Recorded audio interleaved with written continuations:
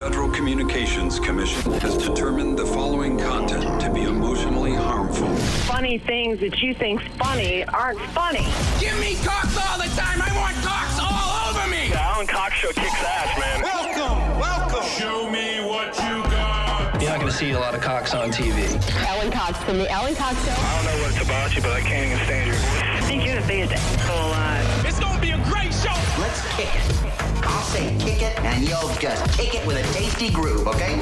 1, 2, 3, kick it. Kick it. Come on. God damn it. Could you one time kick it? What the? Alan Cox. Here we go. He'll ad-lib. He'll be fine. It's the Alan Cox Show on 100.7 WMMS.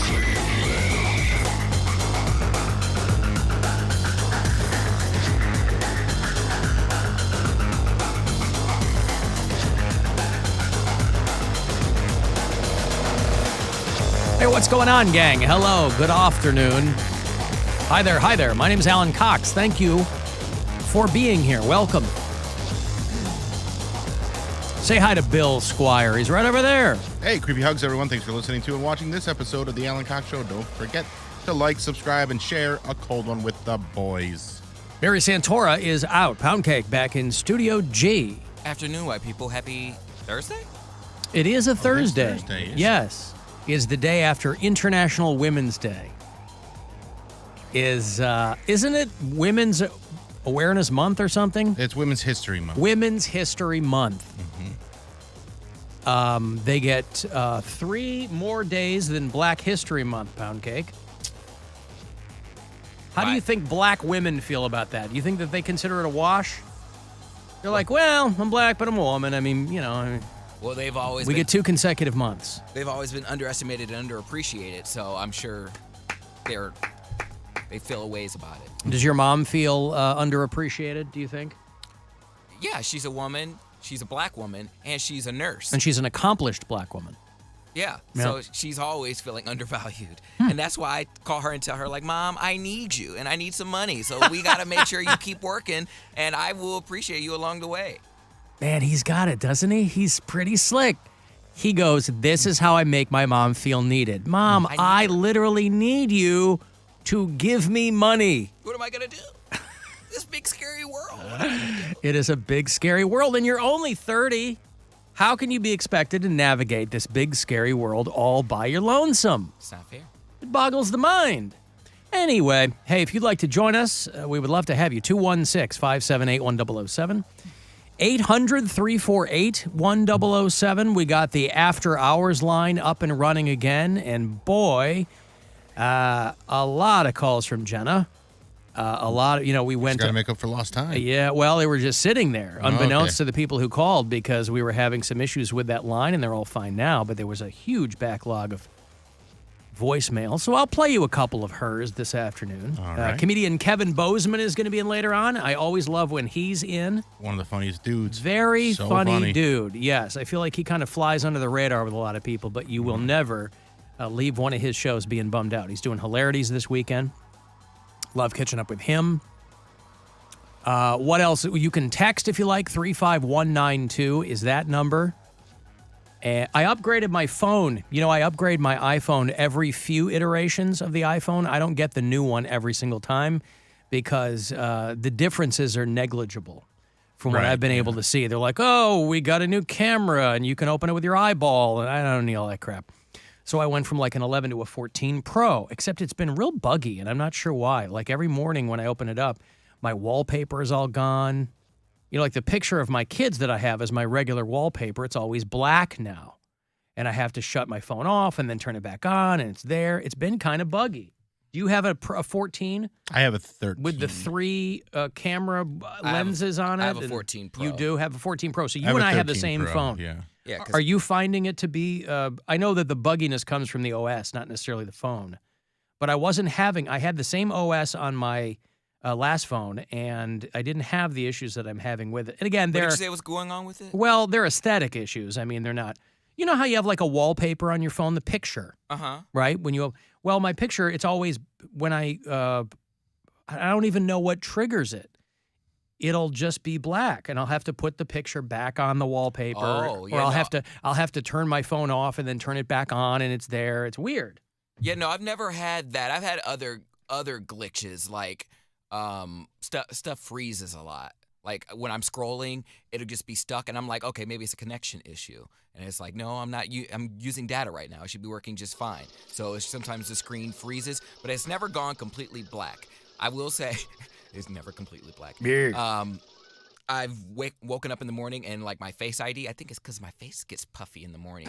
It doesn't recognize me. It doesn't. See, I don't use Face ID. I just have a PIN code, whatever. The Face ID thing, I always think of those movies where they like kidnap somebody and then use their face to open their phone. Well, and I'm like, too late for that. Like your phone literally knows everything about you. So well, what's the difference between a Right, passcode? but if Alan gets kidnapped, they can't use his face to open his phone. They got to Right. cut fingers off until he gives them the passcode. That's right.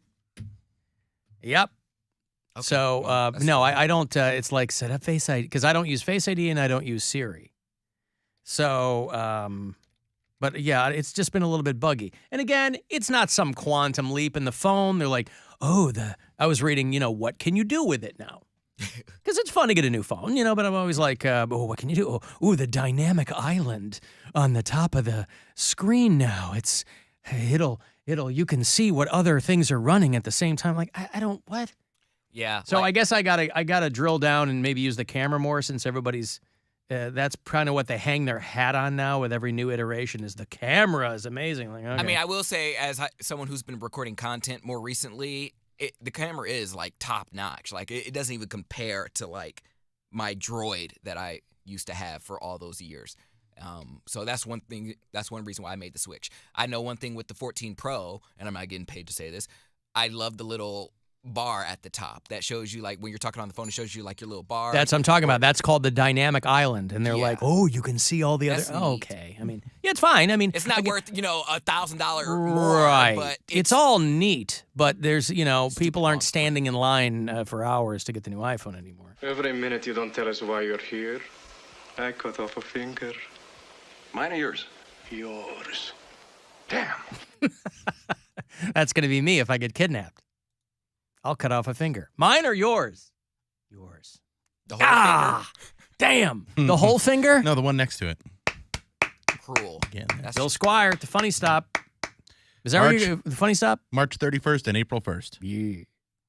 And Cody Cooper's making his return to stand-up Oh, comedy. yeah. Cody for, Cooper is for the very Saturday funny. show only. There you go. He's going to be featuring for me on the Saturday show. And He's an Alan Cox Show comedy tour alum, isn't he? Yeah, and then right before the pandemic, him and his wife had a baby, and Adorable child. Yeah, cute little kid.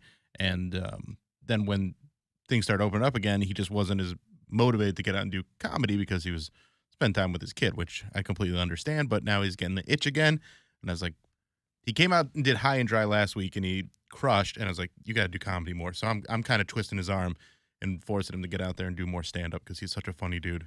Yeah. Okay, let me take a break here, and then we'll get into it. If you want to send a text, 35192, you can watch at AlanCoxShow.com, and we will be back. It's the Alan Cox Show. Everywhere on our free iHeartRadio app. Or whatever smart device you have. Just tell it to play the Alan Cox Show on iHeartRadio. Get ready for the experience of a lifetime at our iHeartRadio Music Awards. Join music's biggest names and celebrate the songs and artists that were our soundtrack over the past year. March 27th, while the world is watching live on Fox and listening on iHeartRadio stations across America, you and 3 friends will be there. To see once-in-a-lifetime performances from 2023 iHeart Icon Award recipient Pink, Coldplay, Kelly Clarkson, Pat Benatar, and Neil Giraldo, Keith Urban, Money Long, Cody Johnson, plus a special live appearance by our 2023 iHeartRadio Innovator Award recipient Taylor Swift. Enter for your chance to win exclusive access at iHeartRadio.com/awards. Infinity is a proud sponsor of the iHeartRadio Music Awards, and we know there's no better place to celebrate music than in the thoughtfully designed interior of an Infinity. So whether you're on a road trip or your daily commute, just sit back, relax, and move to the soundtrack of being infinitely you. Hey, it's Rover for DraftKings. March means nonstop college hoops action. Join the excitement and make your bets with DraftKings Sportsbook. New customers can bet just $5 on a pregame money line and get $150 in bonus bets if your team wins. Plus, all new and existing customers can take a shot at cashing in big with DraftKings stepped-up parlays. Boost your college basketball winnings with each leg you add up to 100%. Download the DraftKings Sportsbook app now. New customers use promo code BUZZARD. Bet $5 on any college hoops pregame money line and get $150 in bonus bets if your team wins. Only at DraftKings Sportsbook with code BUZZARD. 21 and older. Gambling problem? Call 1-800-GAMBLER. Physically present in Ohio. Bonus issued as bonus bets. One boost per eligible game. Opt-in required. 10-plus leg required for 100% boost. Deposit, parlay, and wagering restrictions apply. Eligibility and terms at sportsbook.draftkings.com/basketball terms. Don't let today's higher interest rates stop you from buying your dream home. Hi, I'm Mark Stefanski, Chairman and CEO of Third Federal. The Federal Reserve is calling for more interest rate increases, but with Third Federal's early approval, you can lock in your mortgage rate now before rates go up again.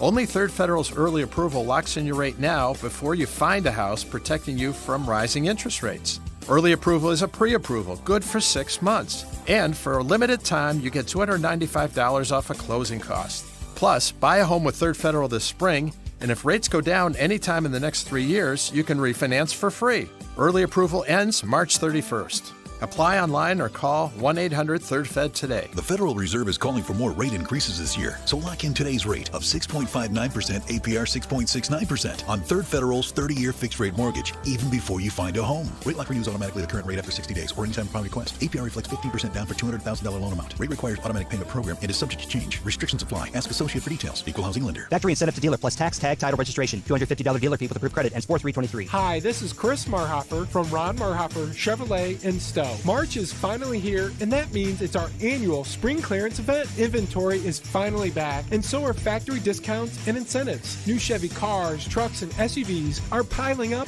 and they gotta go. Just announced up to $5,000 off MSRP on new Chevys with payment programs to fit any budget. Our new Silverados, Tahoes, Equinoxes, and Malibus must be sold by month end, and we need your trade.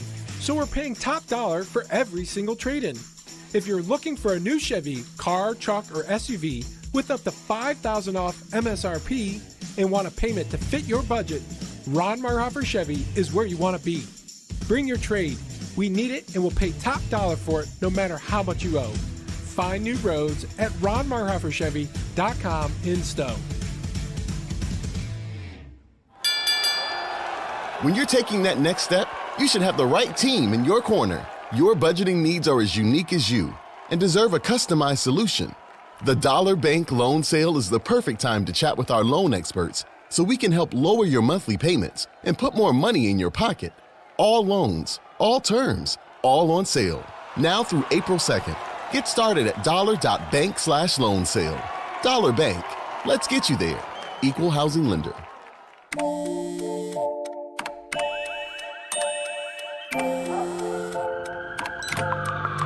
The world is always on, but you shouldn't be.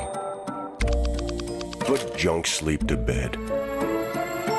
During Mattress Firm's big spring sale, get a king bed for the price of a queen and save up to $700 on Sealy. Shop now at Mattress Firm. Restrictions apply. See store or mattressfirm.com for details. You're gonna love this house, Sergeant Riley. Just look at these high ceilings. The upstairs is even better. City lights right from your window. Upstairs? I don't see any stairs. No, just strap on this harness and climb right up. Up this rock climbing wall. There's no field manual for finding the right home. But when you do, USAA Homeowners Insurance can help protect it the right way. Like saving up to 15% with our claims-free discount if you haven't filed a claim in 5 years, even if you've been with another provider. Learn more today at usaa.com/insuremyhome. USAA. Ability to receive a quote depends on membership eligibility. Membership eligibility and product restrictions apply and are subject to change. Discounts vary by location and may not be available in all states. Restrictions apply. USAA means United Services Automobile Association and its affiliates, San Antonio, Texas. Teach a man to fish, and you'll feed him for a day. Teach a man to buy a crispy panko fish sandwich from Wendy's, and you'll introduce him to a delicious new world. Try one for yourself today, for a limited time only at participating U.S. Wendy's. Fish fries are here. Pick up your official fish fry tee at Cleveland Clothing and check out their Westside Market and Cleveland Rocks collection. Plus, they're the only spot where you can get officially licensed Buzzard gear. Use the promo code SHAMROCK and save 20% now through the end of March. ClevelandClothing.com. My milkshake brings all the boys to the yard, and they're like, it's better than yours. Spilled your milkshake? Quick, the quicker picker-upper. Bounty picks up spills quicker. And each sheet is 2 times more absorbent, so you can use less than the leading Ordinary brand. So you can get back to your milkshake. My milkshake brings all the boys to the yard, and they're like, it's better than yours. Bounty, the quicker picker-upper. On the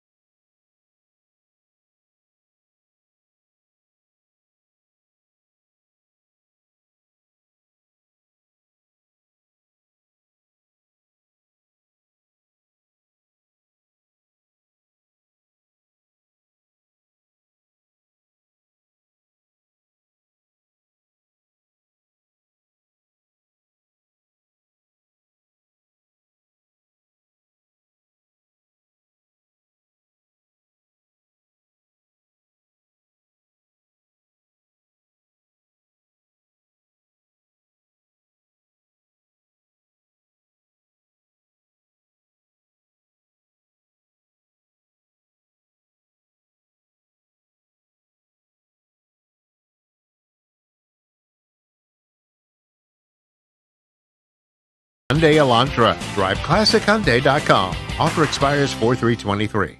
Voice call received. Put this on the air, dumbass. You think you know it all? You're just nothing but a piece of shit. Talk about dumb shit that you don't have a clue about. Another satisfied customer of the Alan Cox Show. I hate it. This show sucks. On 100.7 WMMS.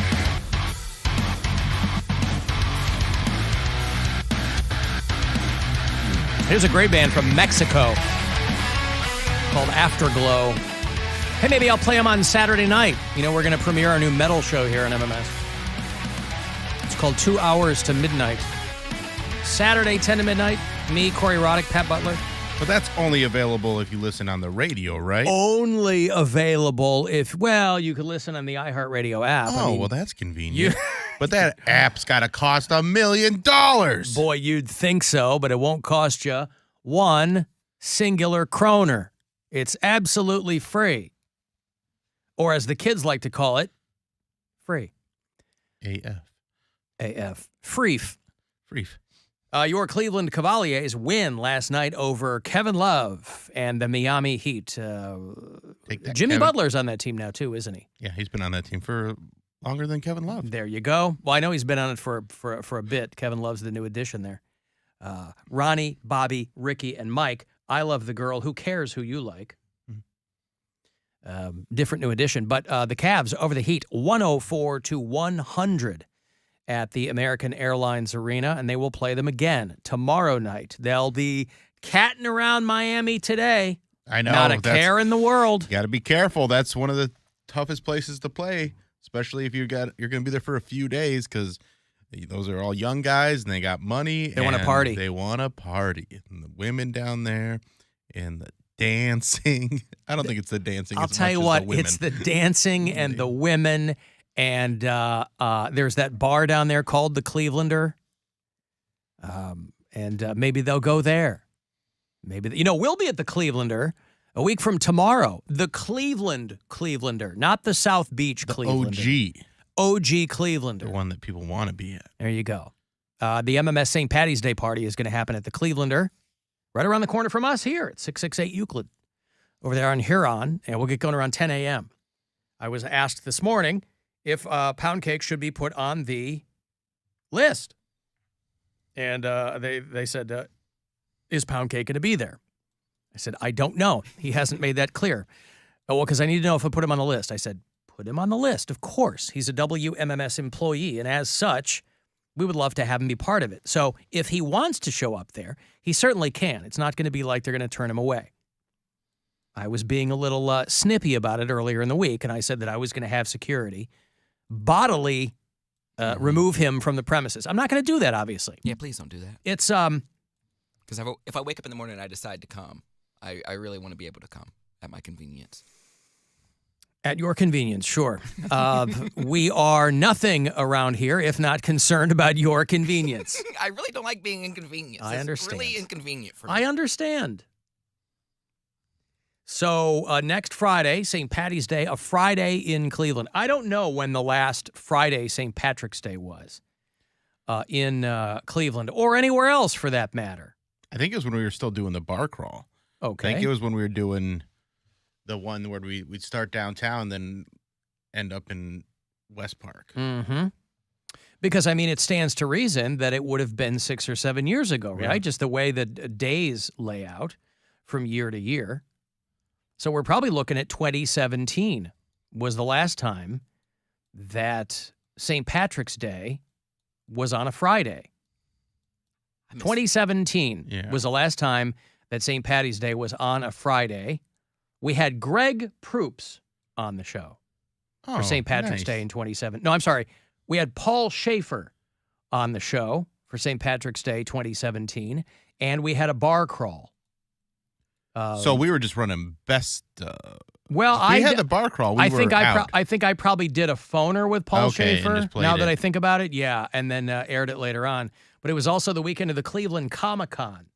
Oh, but that wasn't the one that we dressed. That wasn't the one that we dressed up and went to. That was a couple years prior. That was the 2015 one. Yes. Dude, I miss taking the party buses.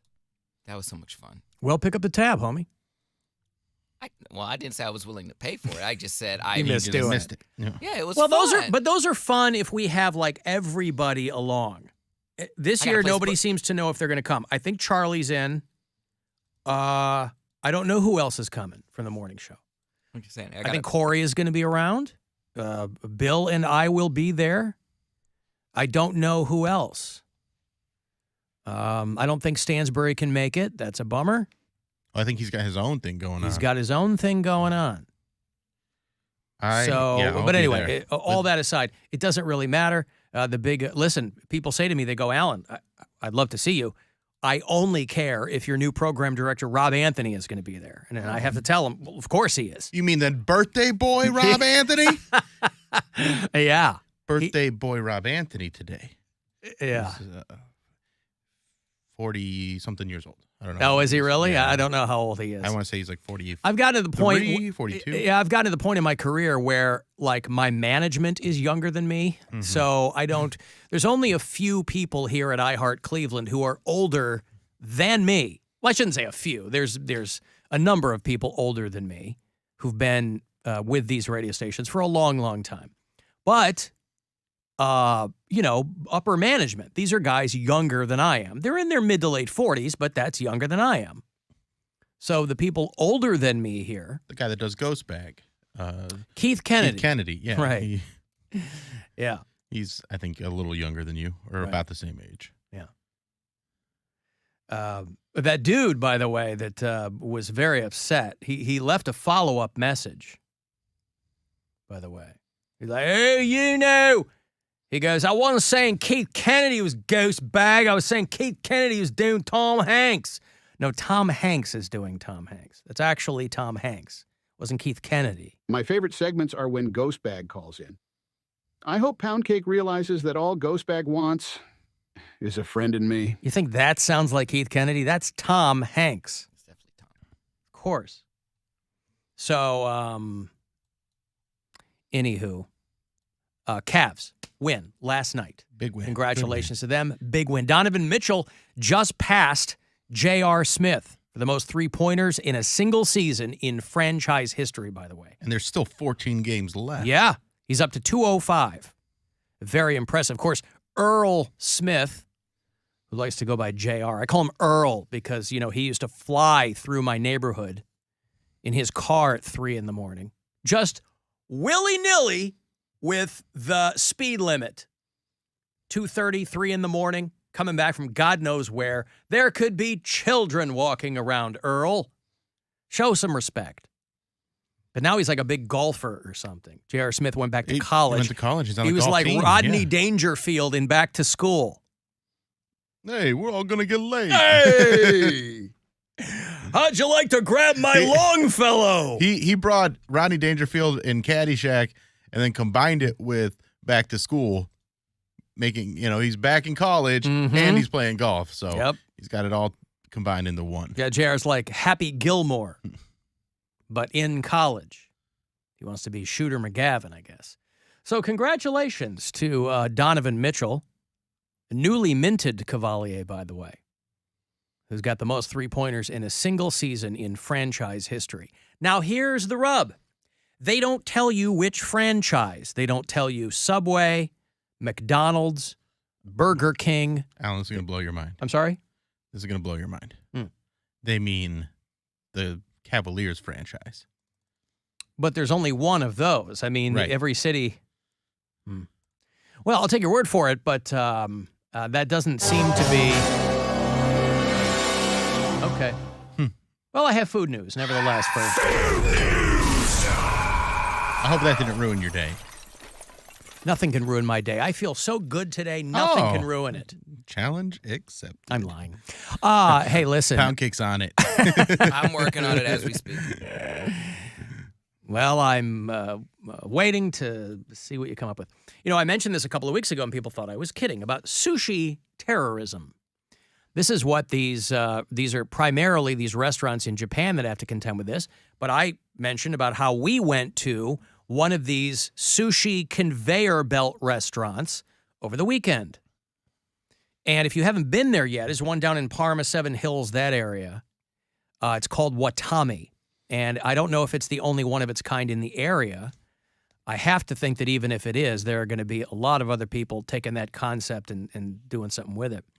But if you've never been to a sushi conveyor belt restaurant, it's really a thing of beauty. You sit there in your booth or at your table, and you are encircled in every possible direction with a conveyor belt at about eye level.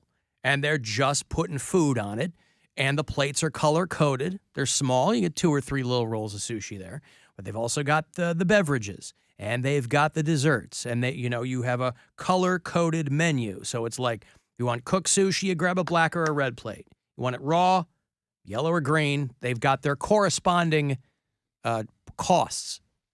But everybody in this place, you end up, when you're getting the check, with like 15 plates of various colors on you. It's fantastic. It's fun. But the Japanese, who've been doing this for a long, long time, they have to contend with what they call sushi terrorism, which, listen, it's a little dramatic. But because of all the kids and their prank videos, the kids love their pranks. They do like their pranks.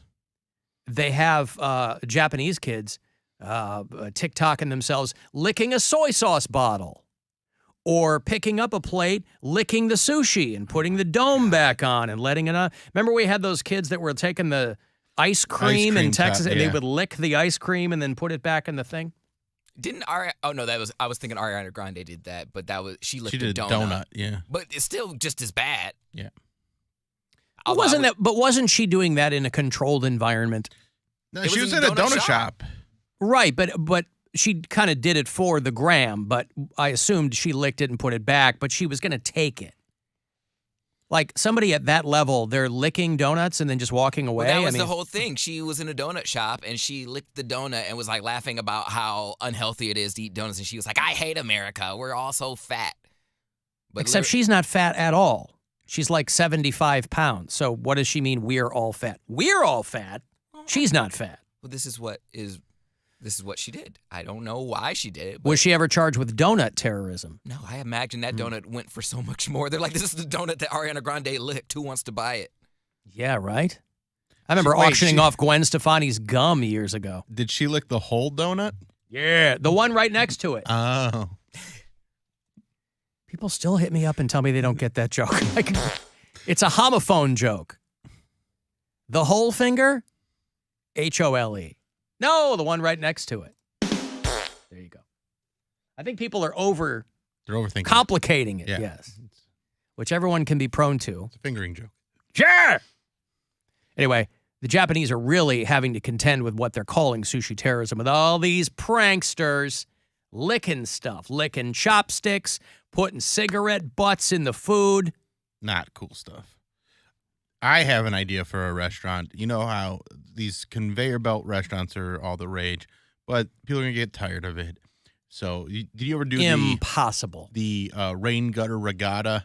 Yes. When you were in Cub Scouts? Well, when my son was in Cub Scouts, I don't recall doing it. I'm sure I did it and lost terribly. I remember doing the boxcar, what was it? The Pinewood Derby. Yeah. Pinewood Derby.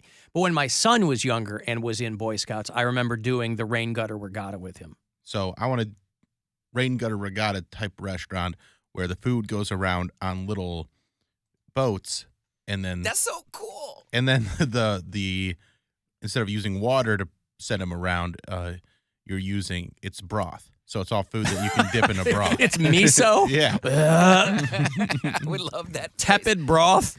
So instead of, I thought you meant that instead of the conveyor, it would just be like little canals, little rivulets of water around the restaurant. It'd be like eating boats in Venice. But also, I would think that with that water constantly moving, you run the risk of ending up with damp food. That's part of the skill, is keeping the food from falling into the water. Yeah, but again, I'm not trying to have a skill. I just want to eat. I mean, people like a gimmick. I guess what they can do. I say? They like a gimmick. So yeah, the rain gutter regatta piccata is what we Yeah. call this restaurant. Boy, it's delicious. It's chicken. It's I love sushi. that Poundcake is really into it. Like, He loves it. I think that would be neat.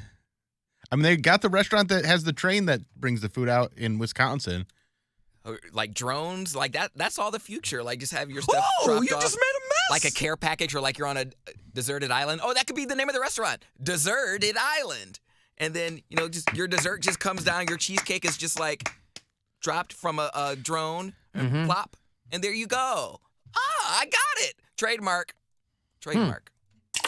The Plop restaurant is Poundcake's Plop, with locations in Willoughby, Medina, and Avon Lake. They come for our famous SOS sauce.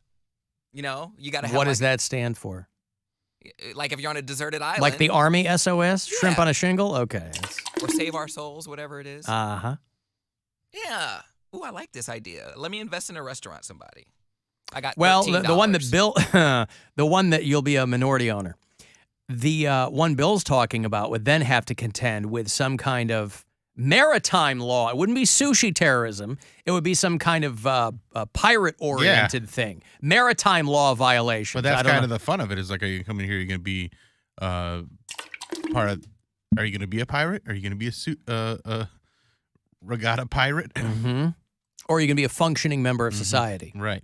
I just see. This is why we can't have nice things. By the way, let's just enjoy a concept for what it is. Why people have to lick the food. Or, come on, man. It's such a bummer that people are just jerks like that. And it's kids, I get it. Yeah. Like, I was just never taught like that.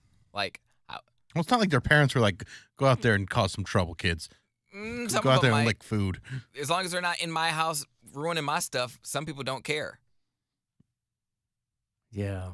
Maybe Bill, somebody said, can start one of these restaurants, but use model trains to be moving the food. No, This that is exists.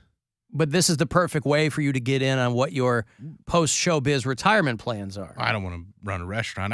When I'm doing model trains, I want that to be my focus. I'm not trying to also run a restaurant while I'm doing my model trains. It's just my own little world. Nobody else is even allowed in that room. Oh, no. I mean, they can come in. They just can't touch. You can't touch anything. If you touch anything. What's in these oil tankers?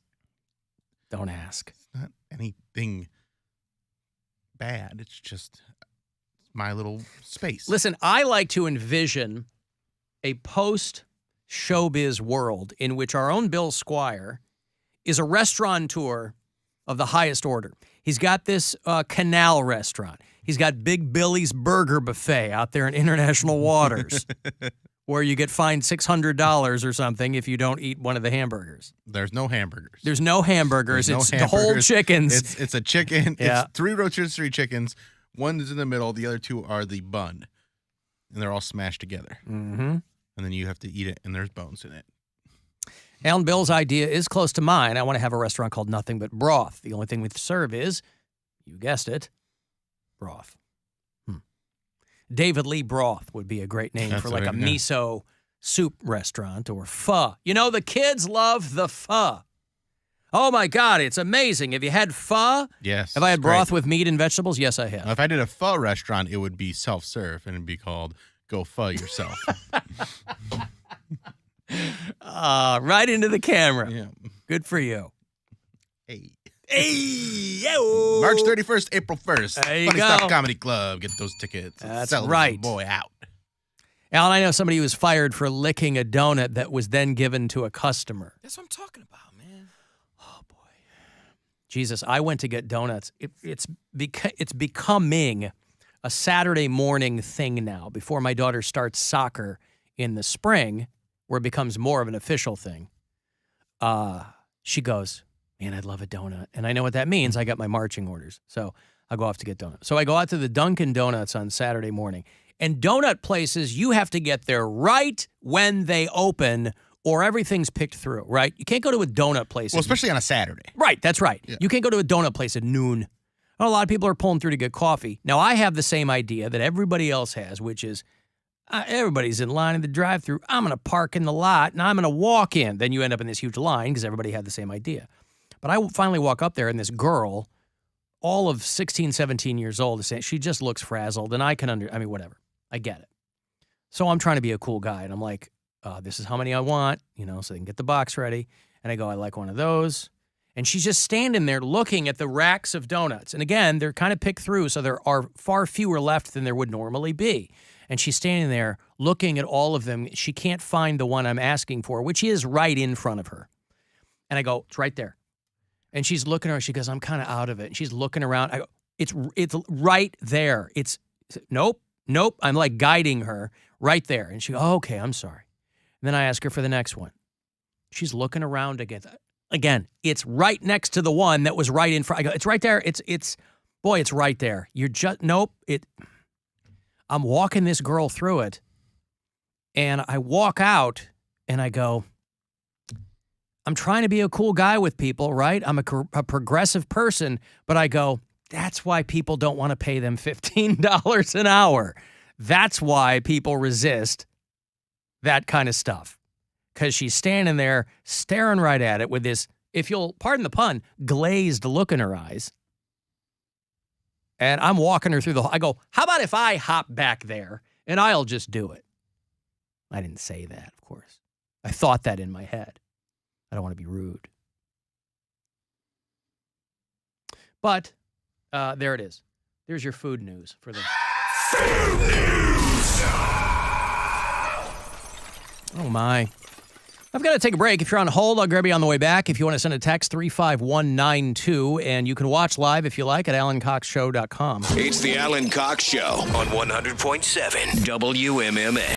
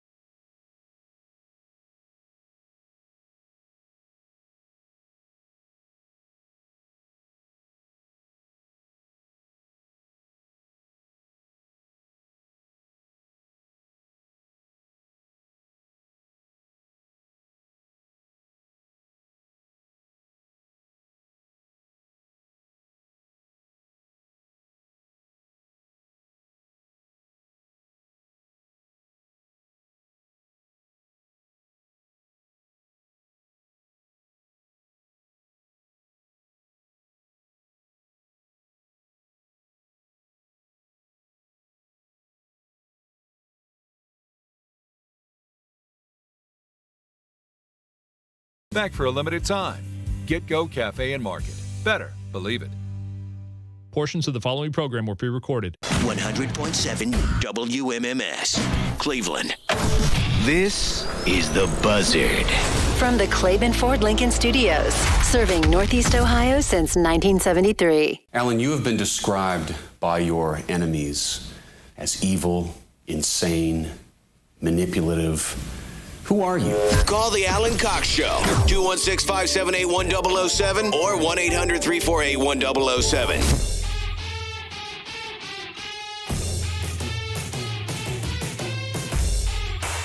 35192. You want to send me a text. AlanCoxShow.com is where you would watch live. Who's helping out today in the video department? Huncho Baduncho is helping out. Hey, thanks. That's a wild, usually, I don't know what ethnic extraction that is. Usually you'll see the D with the apostrophe. I don't know that I've ever seen a B with an apostrophe. So props to you, sir or madam. Huncho Baduncho back there. Hey, Joe in Philly is on the phone. Hey, Joe. Hey. What's up? What up, guys? What up? Bill mentioned his potential train city that he was, interested in potentially building. Bill, I have a warning. I picked up a bit of a Lego hobby recently. I went into a bit of a depression after the Super Bowl, so I started tinkering with these Legos. Why? What happened in the Super Bowl? So it's just.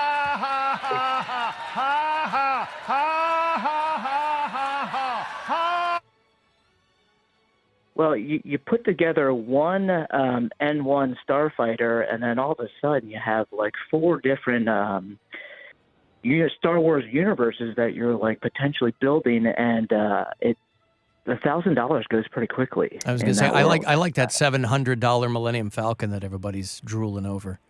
I'm with them. Oh, dude. It's an instant gratification, I guess you could say, but I guess I should up my game because I am building sets that are just like age 9 and above, and I'm like, this is so easy. And so, I don't think of Lego as being instant gratification, Joe. I mean, some of those, they take a while. Yeah. Well, that's the thing. I was like, last year I built one that was 200 pieces. Then I built one that was 400. Now I'm up to 600. And then it was 1,000. And I was like, well, this is only taking me a couple hours. And so then I'm jumping to the next level. And that's at Millennium Falcon, R2D2, your Yoda. You're clearing $300, $400, $500, $600. And I'm like, I got to stop. Is your wife concerned about this turn of events? Well, my son really likes Star Wars Legos, so I'm like, this is cool. We can do this together. But then, But then he walks off, and you're sitting there finishing the thing, and. Right, and then I get mad because he's playing with them and continually breaking pieces. Yeah. So then it's not a good scene. Nerd alert! Nerd alert!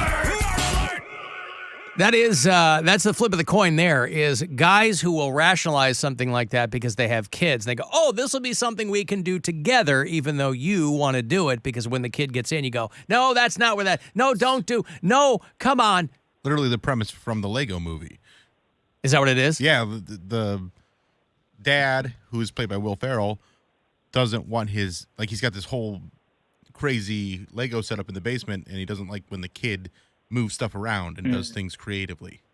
Oh, boy. Crazy. Are you that guy, Joe? Are you the one who's getting upset when... Well, no, I started to catch myself, and then I was like, oh, this is dumb. What am I doing? And then I was like, well, let me just move to something cheaper. So I started looking at 1,000-piece puzzle sets. And then I'm like, well, where am I going to set this up? And my kid's going to want to put the pieces together, and then he's going to lose the pieces. So I'm just a mess at this point right now. Try Fall Guys. This is it's working for me. Yeah, my life is in shambles. Thanks, guys. Well, okay. There you go. Thank you. There's Joe in Philadelphia who has... I'll start with the Eagles losing the Super Bowl. Yeah, been using Lego as his salve. to soothe his. I mean, I've got a few Lego like busts. Mary got me one for Christmas a few years ago. I have like 3 or 4. Oh, it's a of them. bust. But they're pretty fun to put together. But I'm not ready to get into my Lego or model train part of my life yet. Mm-hmm. That's down the road. You still got a lot of life to lead. It's I'm excited for it, but it's a ways down the road. I got too much going on right now. It'd be too stressful to do it right now because I want to focus on it. And You're not in the right headspace. I don't have the time to focus on it. Mm-hmm. I need something that I can, like my hobbies right now have to be something that I can do quick and not spend a bunch of money on it because that's going to stress me out even more. Will you know when that time comes, or will it be a conscious decision? You say, now I'm transitioning into the model train and Lego it's like portion of George my life. getting into soup mode. Like, I'll eventually be like, all right, now I'm getting into model train mode. Right. But he got free bread. Yeah. Yeah. You gotta be careful. I've got some breaking news for you.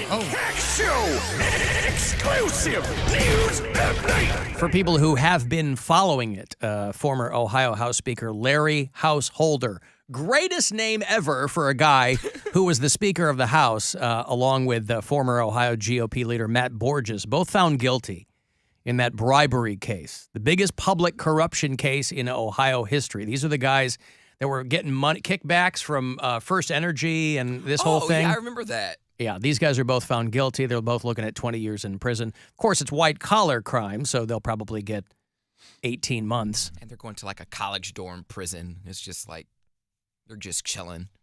Guilty of racketeering and $61 million in bribe money paid by First Energy Corp. via dark money groups to help Larry Householder get in. And then, of course, there was something called House Bill 6 that then he really went to the mat for. So it was a classic play to pay. I have a question. Pay to play. Both of these guys found guilty. I don't think anybody's shocked by that. Yes. What is a dark money group? Like, are you familiar with Citizens United? No. Okay. Citizens United was a decision probably 10 years ago. Citizens United has been around for a while.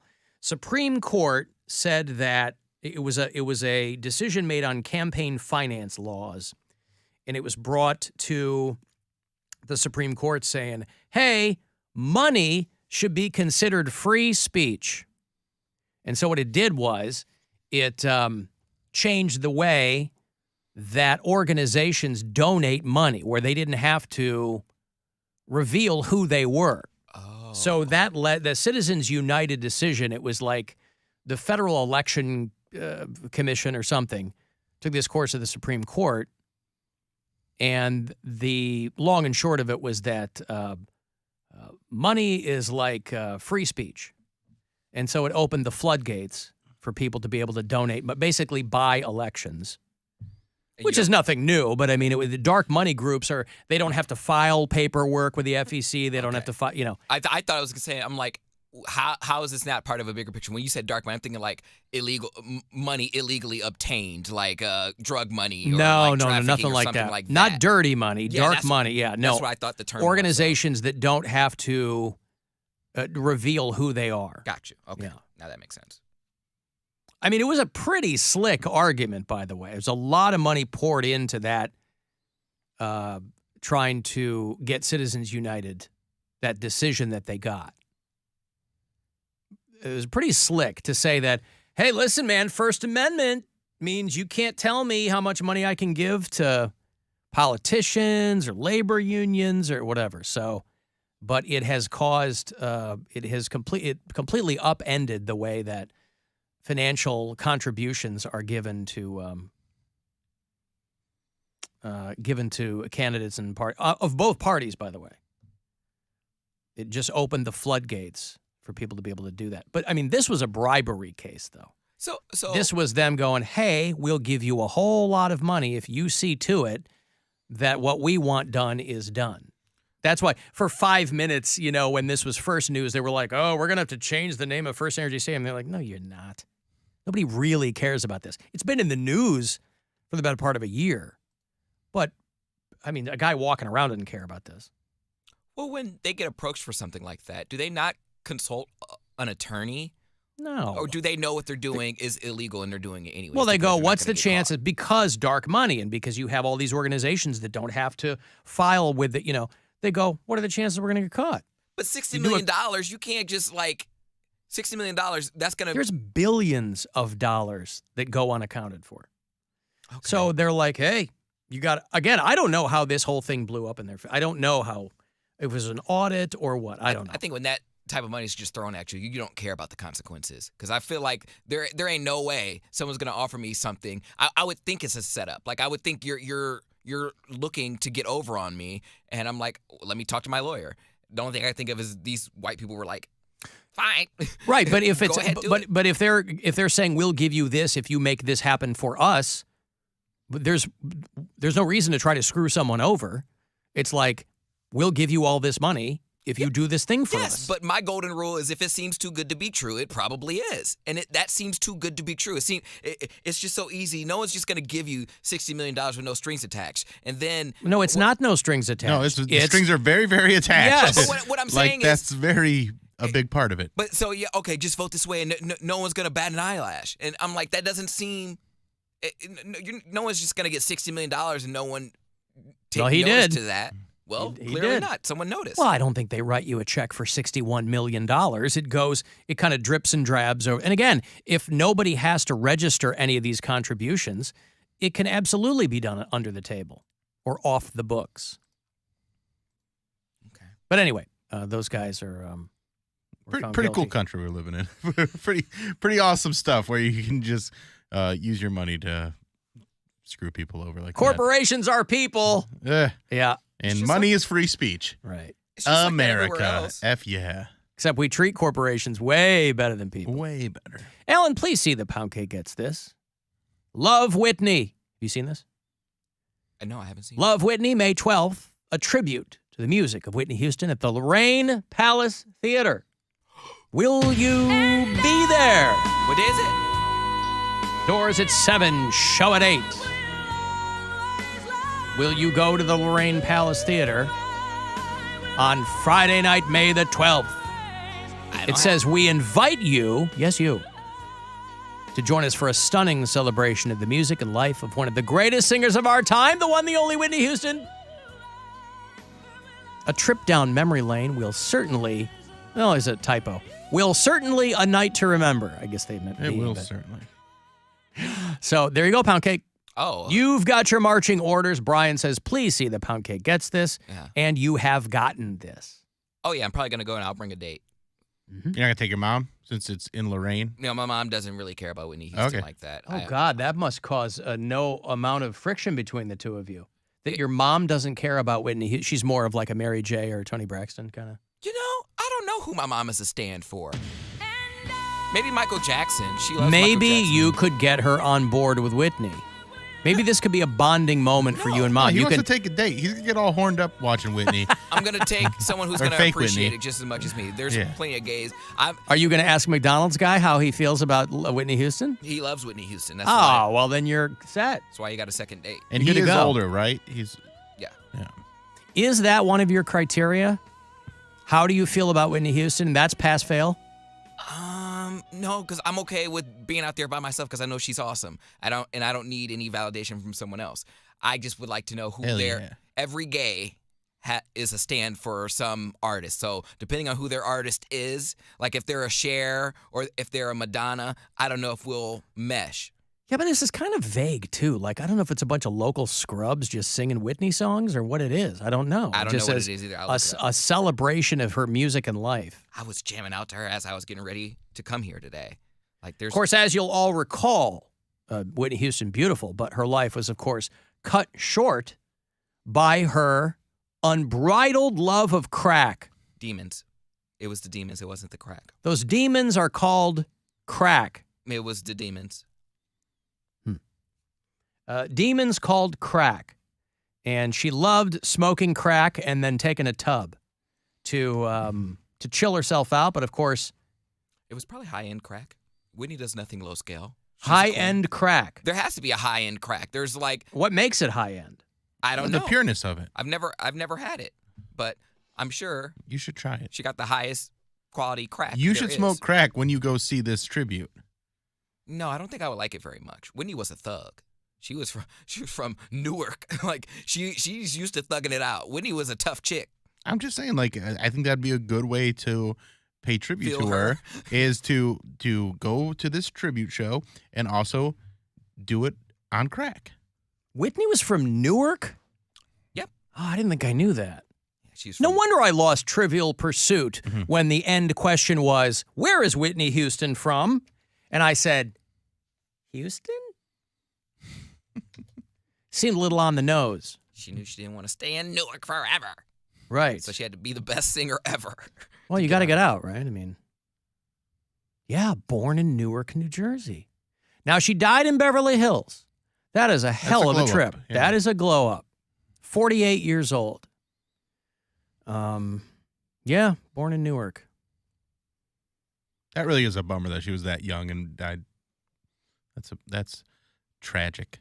And I think the best way to pay homage to her is to smoke crack and go see that tribute Bill, show. how about you go with me? You do crack, and I'll be your DD, and I'll let you. You can let She's singing this song. If I'm doing crack, I'm doing it with you, She's singing this song bud. to crack, by the way. Yeah. You know how those Jesus artists will sing love songs, to Jesus, and then yeah. you find out that they're actually singing to Jesus? You know, like, God, what was that one? My kid and my wife love this one song that's on all the time. I go, you know they're singing to Jesus, right? It's Hanging by a Moment or something like that. Lifehouse is this a big hit years ago, but they're singing to Jesus. Sounds like a love song, but I'm like, it'll kill it for you if you know that he's singing to the Lord. Now, Whitney, of course, was singing to crack. She wasn't, but okay. All right. Go off, homie. No, it's fine. Hey, what's up, guys? Hey, what's up, Satan? I heard Poundcake take my name in vain. Who? You. I didn't say your name. You said that I killed Whitney Houston. I said demons. Are you degrading yourself? What do you think I do down here, man? So That's all my jurisdiction. Okay. Demons. The ones you know and the ones you don't know. I'm in charge of all of them. I feel like Whitney had a lot of demons here on Earth, and she doesn't have to deal with them in the afterlife. She's in heaven now. Nope. She's down here. No, she's not. And I had nothing to do with it. You know why she's down here? Why? Because of Bobby Brown. What Bobby Brown do? He made a deal with me. And that meant Whitney goes to hell? Yeah. He said, get this bitch out of my face. And I said, all right. Yeah, why are you calling a bitch? I didn't. He did. He's quoting Bobby Brown. I didn't want to do it. I thought Whitney was great. But she, as you know, she loved crack. What was your favorite Whitney song? I want to dance with somebody. Oh, do you think that she deserved to be in the Rock and Roll Hall of Fame? Now she's feeling the heat with somebody. I mean, that was me. Listen, she got what she wanted, all right? She got what she wanted. Do I think she belongs in the Rock and Roll Hall of Fame? I would say, yeah, sure. You know where she also belongs? Where? Down here in hell. No, she doesn't. Because Bobby Brown made a deal with me. So where does Bobby Brown go when he dies? Oh, he goes to heaven. How does that work? Because he did that song from Ghostbusters. There's no way around that. He did a song for Ghostbusters? I don't even know about Ghostbusters 2. Ghostbusters 2. The superior Ghostbusters movie. Okay. Well, screw Bobby then. Ouch. Well, she did. And look where it got her. Anyway, I just want to check in, let you know I had nothing to do with that. It was all crack. Not me. I get blamed for enough around here. That is a good song, though. Okay, great. On Our Own from Ghostbusters 2. Hell yeah. How did they get Bobby Brown to do that? Did they just call him out? We know he's not working. Let me just call him for Ghostbusters. He was 2. at his He prime. was working. That was prime BB. What are you talking about? I thought you were talking about the most recent one with like Melissa McCarthy or something. No, Ghostbusters 2. No, That's... the one with the painting of the guy. Okay, well then I don't know what I'm talking about. No, you don't. Oh, yeah, you still talk. Even when you don't know what you're talking about, can't wait till you're in hell with the devil. Well, at least I'll be with Whitney. Can I have a room right next to Whitney? You can have a room. You can bunk right with her. Now, I must tell you. Hell yeah. Her room, there's no beds. It's only bathtubs. And she can't just sing. the way she wanted. And I had to cut out her vocal cords, so she can't sing. You're rude AF. Dark Lord, man. Yeah, it's kind of my thing. Okay, I gotta go, guys. Bye.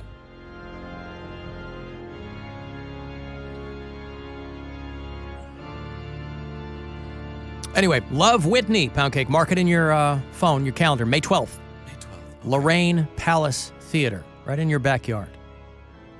Steel City. Yeah, I'll pop through there, see what's going on. There you go. I've got to take a break here. I will have those Weezer tickets for you if you've been hitting me up to go to that show. It's in June at Blossom. Always a good time with Weezer. We'll do that coming back. 35192 if you want to text. The Alan Cox Show. On our free iHeartRadio app and your favorite smart device.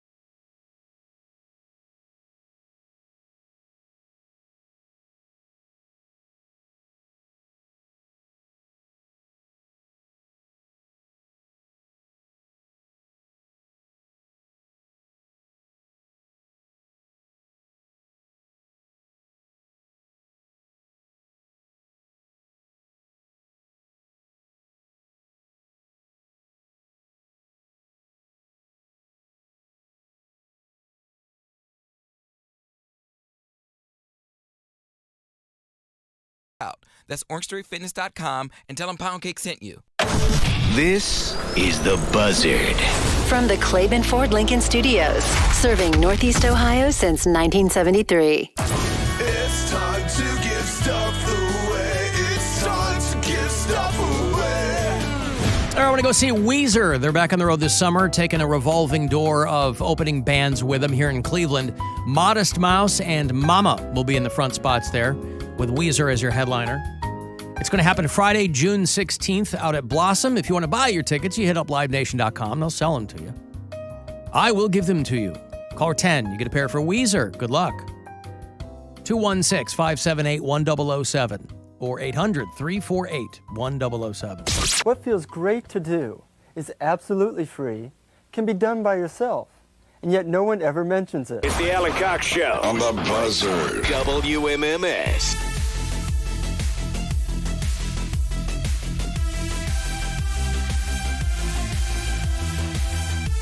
You saw The Cure is coming. Boy, between Depeche Mode and The Cure, you're going to party like it's 1984 all over again. And you don't have to wait another year. I double-checked the year because I was like, this far in advance. June 11th is when they're going to play Blossom. Usually they announce these things like way in advance. That's not that far off, believe it or not. Cure with special guests, the greatest name ever for a band to open for The Cure. The Twilight Sad. They're not even dicking around anymore. They're like, let's just call it mopey, whatever. The Cure on their Songs of a Lost World tour. Now, from a purely aesthetic standpoint, and I resisted The Cure for a long time because I was a metalhead. And by the way, Bill, did you know I'm premiering a metal show on MMS on Saturday night? I did. Oh. And I'm very excited about it. It's called 2 Hours Until Midnight. It's called 2 Hours to Midnight. Not until midnight, to midnight. But when I got to college... Let's also let M know. Let them know. No, That's right. All right. Fair play. Taste of your own medicine Yeah. there. What's good for the goose. When I got to college, of course, all the girls were into The Cure. And I was like, I don't want this mopey crap. But I did warm up to them because they played their own instruments. There were a lot of their bands of that ilk that were just kind of pre-programmed, a lot of synth bands, mid-'80s, late 80s. But The Cure, they were they were a rock band, just a different kind of rock band. So I warmed up to The Cure once I kind of stopped my resistance. And again, I'm trying to get laid in college, right? So these girls were in The Cure. The Cure at Blossom, June the 11th, if you're a Cure fan. The tickets will go on sale St. Patty's Day. Next Friday, they'll go on sale 10 a.m. I don't know if I will have any to give to you. Are they in the Rock Hall, The Cure? They're not in the Rock and Roll Hall of Fame, are they? Are they really? Yeah, I think they... The Cure, Rock Hall. Depeche Mode, of course, are in there. Are The Cure in the Rock and Roll Hall of Fame? They at least got nominated. Oh, yeah, they went in the same year as Def Leppard, 2019. Okay, yeah, I thought they were. They went in with Roxy Music, Stevie Nicks, Radiohead, and the Zombies. So there you go. Rock and Roll Hall of Fame, The Cure. So they're going to be at Blossom this summer. On a purely shallow aesthetic level, poor Robert Smith. You got to stick with that look. There are a lot of people who, when they got to the point that he's gotten to, might say, you know what, I'm going to update my look. The goth Edward Scissorhands vibe wasn't that bad when you were 22, 23. But he's 63 now, and he has stuck with that look. He's heavier, he's older, but he's still doing the lipstick and the eyeliner and the hair and the thing. And so it's, boy, he's a very different looking guy now. But if you're a Cure fan, you don't care, do you? And I don't even know who's in the band anymore. I know he used to tour with Susie and the Banshees. I was a big Susie and the Banshees fan too. And he used to tour with them. But I don't know who's in the band now. If it's just him and a bunch of scabs or what. But who cares? Because they're going to tour. So I know that when they were inducted into the Rock and Roll Hall of Fame, he was very, very nervous about, just when they were nominated, he The whole thing made him very nervous. So did he cry when he was inducted into it? No, Bill, boys don't cry. Yeah, but he's a man. I don't know if men cry. I don't know. I don't know if Lol Tallhurst is still in the band. I remember those. I remember those initial founding members' names. I remember those names. I don't know who's in it now. Lol Tallhurst and McDempsey and Alan Hill. I don't know who's in the band now. Well, I'll tell you what. I do like to spotlight when Cleveland shows up on lists of things. Sometimes they're great. Sometimes they're not so great. Gives you something to aspire to. But there's an article in Axios about how the best tippers in the United States are in Cleveland, Ohio. Hey, that's pretty cool. So for I like people who that. care about that stuff, because is it restaurant week yet? They do restaurant week. And that's probably why they looked into this, because they're like, let's prep for people who are going to be working, people in the service industry. I was in the service industry for many years. And when you meet people who are bad tippers, that's how you can tell that they've never waited tables. Somebody who's a bad tipper has never worked in the service industry. Restaurant week started on the 6th and goes till the 18th. There you go. So we Restaurant are weeks. smack dab in the middle of restaurant weeks. There's a digital platform for restaurants that measures these kinds of things. And Cleveland ended up at the very top. Average tipping rates in major metro areas. And they ranked the top 12, and Cleveland is there with an average of 20.6%, just over what is considered to be the minimum to tip. Denver's number 2, Salt Lake City, Phoenix, Chicago, San Francisco, 12th out of 12 with 17%. Average tips. That's impressive. I consider myself a good tipper because, again, I worked in the service industry. I think it's important to do. As do I. I like to tip well. I'm doing okay, so I like to pass it on to other people. There's a lot of people that don't feel that way. They're very stingy when it comes to tipping, and that's never how I've been. 20% is the bare minimum, and that's even on takeout orders and things like that. Like if I get poor service, I'll still tip 20%. Yeah. Yes. If I get really good service, I'll go all the way up to 21%.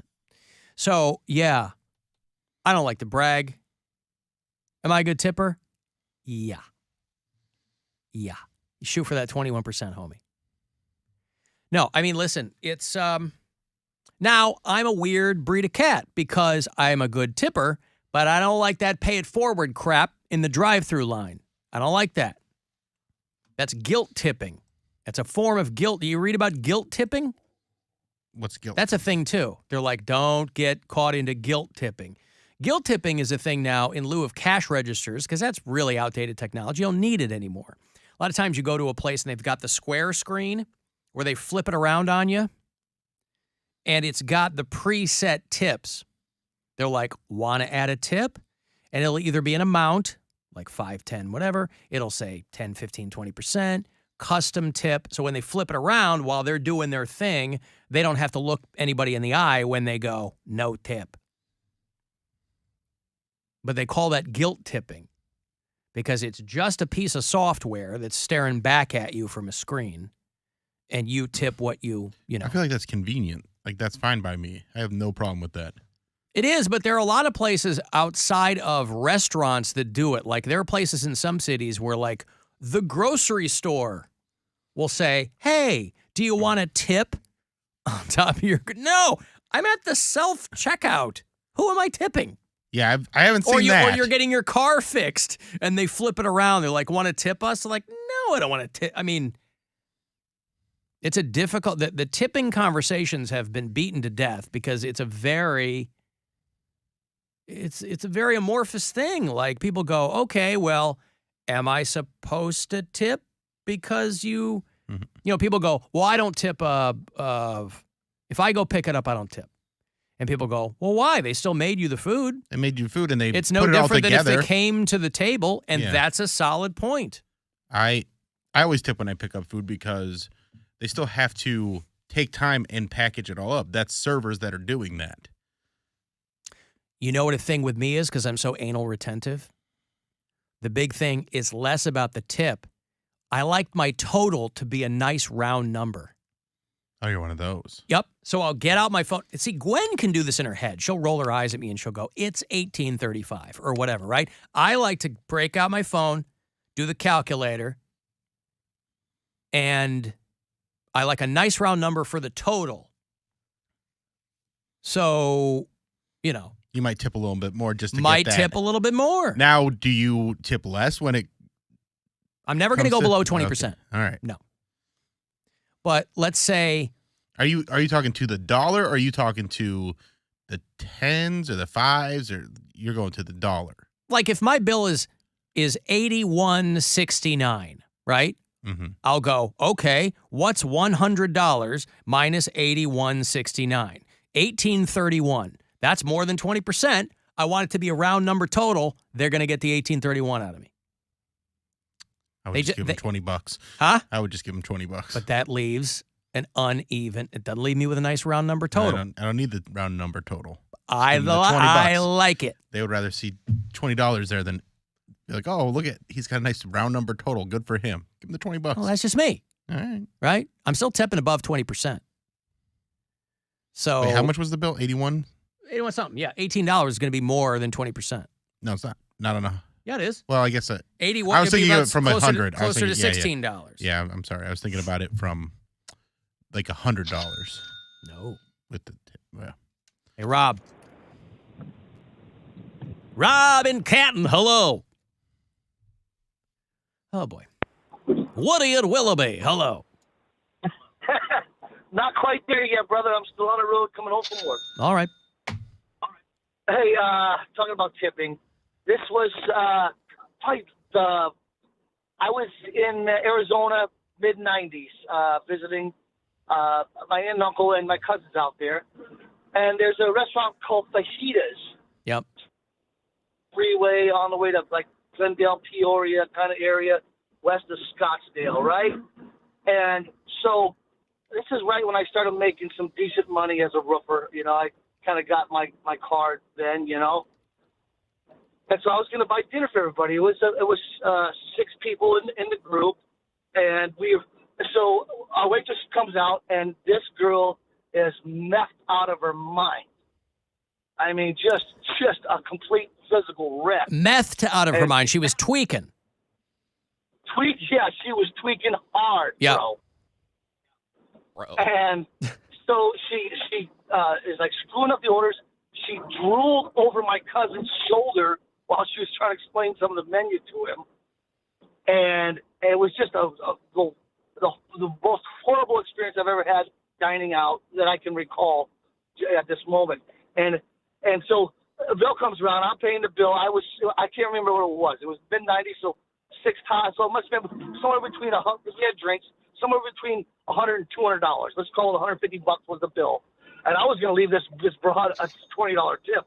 And my aunt says, "You're not doing that to her. You are not. How dare you do that to her?" I'm like, this was insane. This was.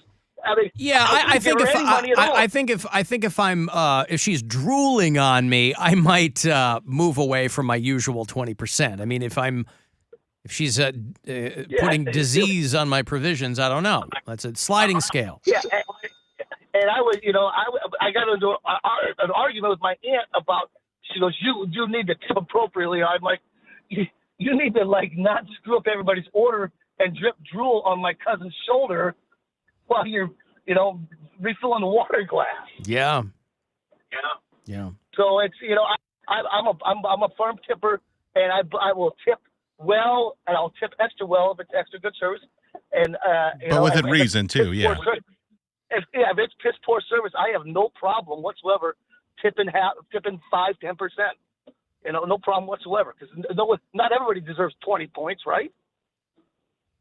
Oh, good for you. That's right, Woody. All right, thank you. There's Woody. Hello, Kristen. Hey, guys. Hate the show. Hey, thanks. Hi. So I go to a salon to get my hair cut and colored, and my stylist happens to be the owner of the salon. So then, I'm put in this situation of, do you tip or do you not tip when the little software thing is in your face? So what is your opinion? If the person owns the establishment, do you still tip them for the service?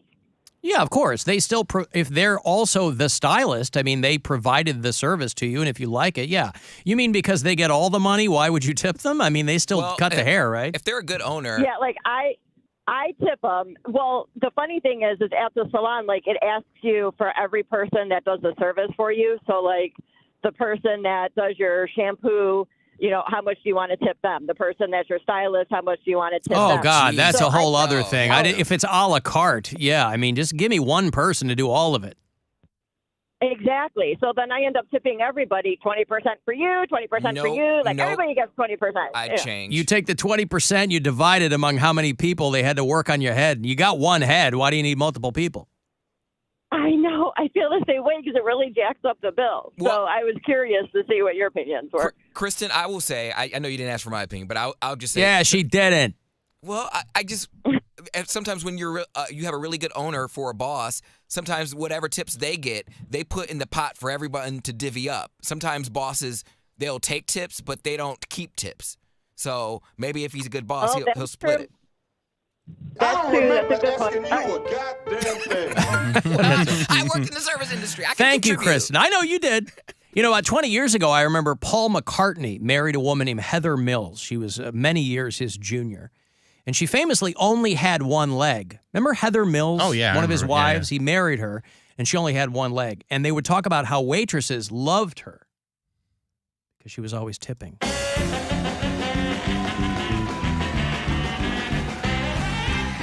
Bill Squire at the Funny Stop in Cuyahoga Falls. Alan won't be there. March 31st and April 1st. Get tickets. That's right. Funnystop.com. You want to hear from Jenna now that we got the After Hours line working do it. again there? Alan Cox Show After Hours line was down for reasons unknown to me. But you can leave us voicemails there. It's 216-986-8903. It's time for Sweet Nothings with Jenna from Poland. If I had one wish, it would be that I wish I had a gun. This has been Sweet Nothings with Jenna from Poland. Wow, she's pent up. Yeah. She must be quietly upset that I wasn't airing her voicemails. I hope she doesn't take it too hard. I'm glad she's all the way out there in Poland. Oof. If she had one wish, this is someone who is disabled. This is someone who is legally blind. If she had one wish, it would be to have a gun. Well, there you go. Now, maybe she's burying the lead, and maybe she's an amazing shot. Maybe she has like daredevil-type abilities, right? Where she's using sonar Yes. to shoot her gun? Yes. Or I like don't know. heat or something. She has heat detection. Heat detection. That could do it too. Right. How would that help you be a good shot? I don't know. If you can find heat, like where the moving target is. Like the Predator. Oh, yeah. If she's on fire, he's nowhere to shoot. I tried finishing that. I forgot that I had been watching it a while ago. I tried finishing that Prey movie where the Predator shows up a long time ago in like an indigenous community and this girl takes him down. I never saw that one. This dropped on Hulu like 6 months ago, Yeah. I think, and I started watching it, and there's so many goddamn shows that just sit there in my queue that I'm like halfway through because there's always new things showing up, so I forget I'm watching it. And I couldn't sleep last night, so I get up and I'm clicking around, and I turn Prey back, and I was like, man, I cannot get into this. It takes way too long for the Predator to show up, and then when it does, I'm like, I don't know, man. The girl in it's really foxy. Her name's Amber Midthunder. She's an actual indigenous actress. And she's real cute. She's been in a couple of things, but she got a lot of attention for that Prey movie, but I could not get into it. But if you see her in something else, check her out. What a great name. Midthunder. Start calling Cody Poundcake Mid Thunder. Hey, How many nicknames am I gonna have? how many do you want? Alan's the man of 1,000 voices. You're the man of 1,000 That's nicknames. right. And each one of my voices is going to correspond to one of your nicknames. Well, you say I got Poundcake, Helpful, Radio Cody B. However many you want. That way nobody can pin you down. Nobody can pin you down. They'll say, oh, you're this one thing. You'll go, no, I'm not. I'm Helpful Brown. I'm this. I'm Radio Cody B. I'm Poundcake. I contain multitudes. I used to be called Code Miser. No, you didn't. From my uncle when I was a kid because Code he Miser. said my glasses were so big it reminded him of Heat Miser from the cartoon. Mr. 101? Because I used to I could melt things with my eyes. Oh, yeah. So I was Code Miser. Yeah, somebody texted me yesterday. They're like, Jesus Christ, how bad are Cody's eyes? His glasses are so thick. I'm like, we've talked about this before. Yes, he has very thick. Well, but you've copped to it. It's not an opinion. You objectively have very thick lenses. Next endorsement, I need my eyes fixed. I want to see if I can get LASIK done because it's very embarrassing. That's why on my Instagram, it's very rare that you will see me with my glasses on because I know there's gonna be at least one person in the comments like, "Damn, why is his eye so big? Is his eyesight really that bad?" Yes, I can't see crap. That's what I mean. We've talked about it, and he needs those. And here, you guys are the better to eat you with, my dear. Yeah, I want to be myself here. Don't make me feel insecure because I know y'all be looking at my lenses. They're thick, magnifying glass. Yeah. Damn it. Alan, I'm laughing out loud at heat detection. Well, there you go. Yeah, maybe you are the heat miser. Mr. 101. I've got to take a break. If you want to send a text, 35192, you can listen wherever you are on the iHeartRadio app. Rover's Morning Glory. People will do anything to lose weight. You're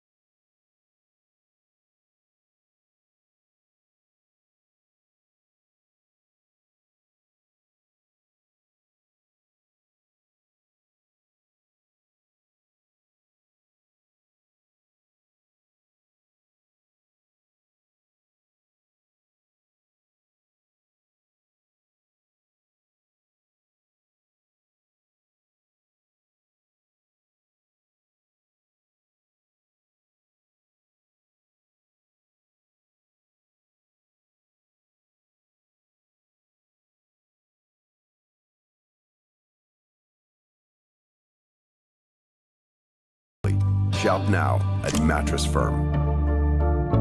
Restrictions apply. See store or mattressfirm.com for details. The Buzzard. The home of the Buzzard. This is 100.7 WMMS. Cleveland.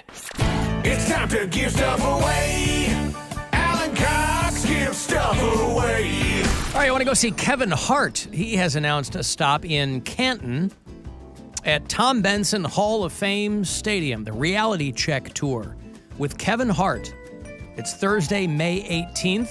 HOFvillage.com is the Hall of Fame Village's website. And they'll have tickets and info and all that stuff there. But if you want these tickets here, be caller 10 and they're yours. Good luck. 2 for Kevin Hart, May 18th in Canton. Might be right in your backyard. 216-578-1007 to win, or 800-348-1007. Don't worry, spring is hiding just around the corner. And so is Poundcake. Let me watch you poop. The Alan Cox Show on 100.7 WMMS.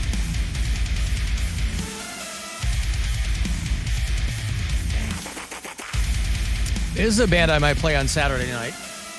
It's a German band. They're called, wait for it, We Butter the Bread with Butter. It's one of my favorite band names of all time. Saturday night, we're premiering our new metal show here on MMS. It's called 2 Hours to Midnight. It'll be every Saturday, starting at 10 o'clock. I'll be your host, along with Corey Roddick and Pat Butler, and the three of us will be throwing together a melange, if you will, every week of stuff that we dig. We all kind of, our tastes are all a little bit different, so we're really going to kind of run the gamut on the show. We cannot podcast the show for obvious reasons, but I will post the playlist every week. There's a 2 Hours to Midnight Facebook page. There is an email. If you're a local band, you can submit me something. Please make it clean for air. And if I like it, I'll play it. If you just have a request, like something band you dig or something you want to hear, email is 2htm@wmms.com. But 2 Hours to Midnight will premiere this Saturday night. I'm putting the finishing touches on the playlist as we speak. Very excited about it. So that'll be Saturday night, 10 o'clock. I heard from a lot of people who are excited that there's going to be a metal show back on the Buzzard. 100 years ago, there was a metal show here way before my time. And so it'll be back this weekend. Cavaliers win last night in Miami on the Heat's home court. They do it 104-100. It's Jimmy Butler. That is Kevin Love, newly minted member of the Heat. They're off tonight, but they're staying in Miami, so they'll play the Heat tomorrow night at 8 o'clock here on MMS. And then they'll do back-to-back in Charlotte. They'll play the Hornets on Sunday and Tuesday. And then back home here against the Sixers on Wednesday night. But we're getting really close to the end of the season. April 9th is the last regular season game. So the Cavs are looking good. So that is tomorrow night on MMS. Listen, science marches on, and I certainly can't be upset about it, but it's these kinds of stories that just make me a little nervous. About, because listen, if you're a scientist, you're naturally curious, and you can't pass on investigating something or experimenting on something because of what might go wrong. But given the events of the past few years, it might give you pause. Scientists have revived a virus that spent about 50,000 years in permafrost. And this is the thing, too, you know, between avian flu. You know, we're going to look back at a time when the COVID-19 epidemic looked like child's play because climate change is warming things up. And so you're going to have all kinds of things like this emerging from melting ice. You're going to have what they call zoonotic viruses, things that jump from animals to humans. People are freaking out about bird flu. You know, the coronavirus had like a 1% mortality rate. Bird flu, about half the people who get it die. There aren't a lot of people who get it, but it's got about a 50% mortality rate. And so these scientists in Siberian permafrost, this is the premise of numerous movies. This is The Thing, There was a Val Kilmer movie years ago called The Thaw. Did you ever see The Thaw? Never saw The Thaw, but The boy. Thing is one of my favorite movies. And It's fantastic. it is terrifying to think that this could happen in real life. I'm sure it won't be the exact premise of The Thing, but if it was, ooh, that's spicy. But also, I think that we assume that the word virus means something malign.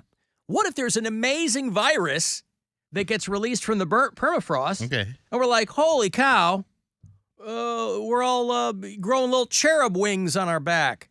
Or it makes you smarter and stronger. Yep. But when you orgasm, bees come out. That is a trade-off that I would, bees come out. Bees, bro. I just got snipped. I can't be shooting bees into my wife. It just sounds downright rude. It does. I guess I'd have to pull out. I'd have to work on my pull-out game. Mm-hmm. I've never had a pull-out game because I've never needed it. I've always wrapped it up. You know, Dr. Ryan Berglund, speaking of which, I'm going to bring up this bee semen question to him tomorrow when he's here. Dr. Berglund will join us again tomorrow. He hasn't been here since September. He's a busy man. He's a surgical urologist at the Cleveland Clinic, Harvard educated, and he takes time out of his busy day to do a segment with us called Is It Red? If you're a longtime listener to the show, you've heard him many times. He'll take your calls, guys. If you have a question, maybe you can't listen live, you can certainly email it to me, and I'll bookmark it for him. But guys who have weird stuff going on down there, we've gotten numerous calls from women who go, hey, I don't want my husband/boyfriend to know. That reminds me, I need to forward you a message that someone... Please do. So we'll ask him your questions. We'll take your calls live. He'll join us in the 5 o'clock hour tomorrow for Is It Red with Dr. Ryan Berglund. I haven't seen him since my vasectomy. That was in November. So we'll pose the bee semen question to him and see what happens there.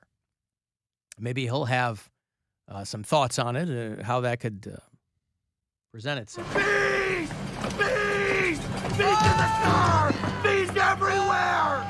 God, they're huge! They're ripping my flesh off! Bees. Yep.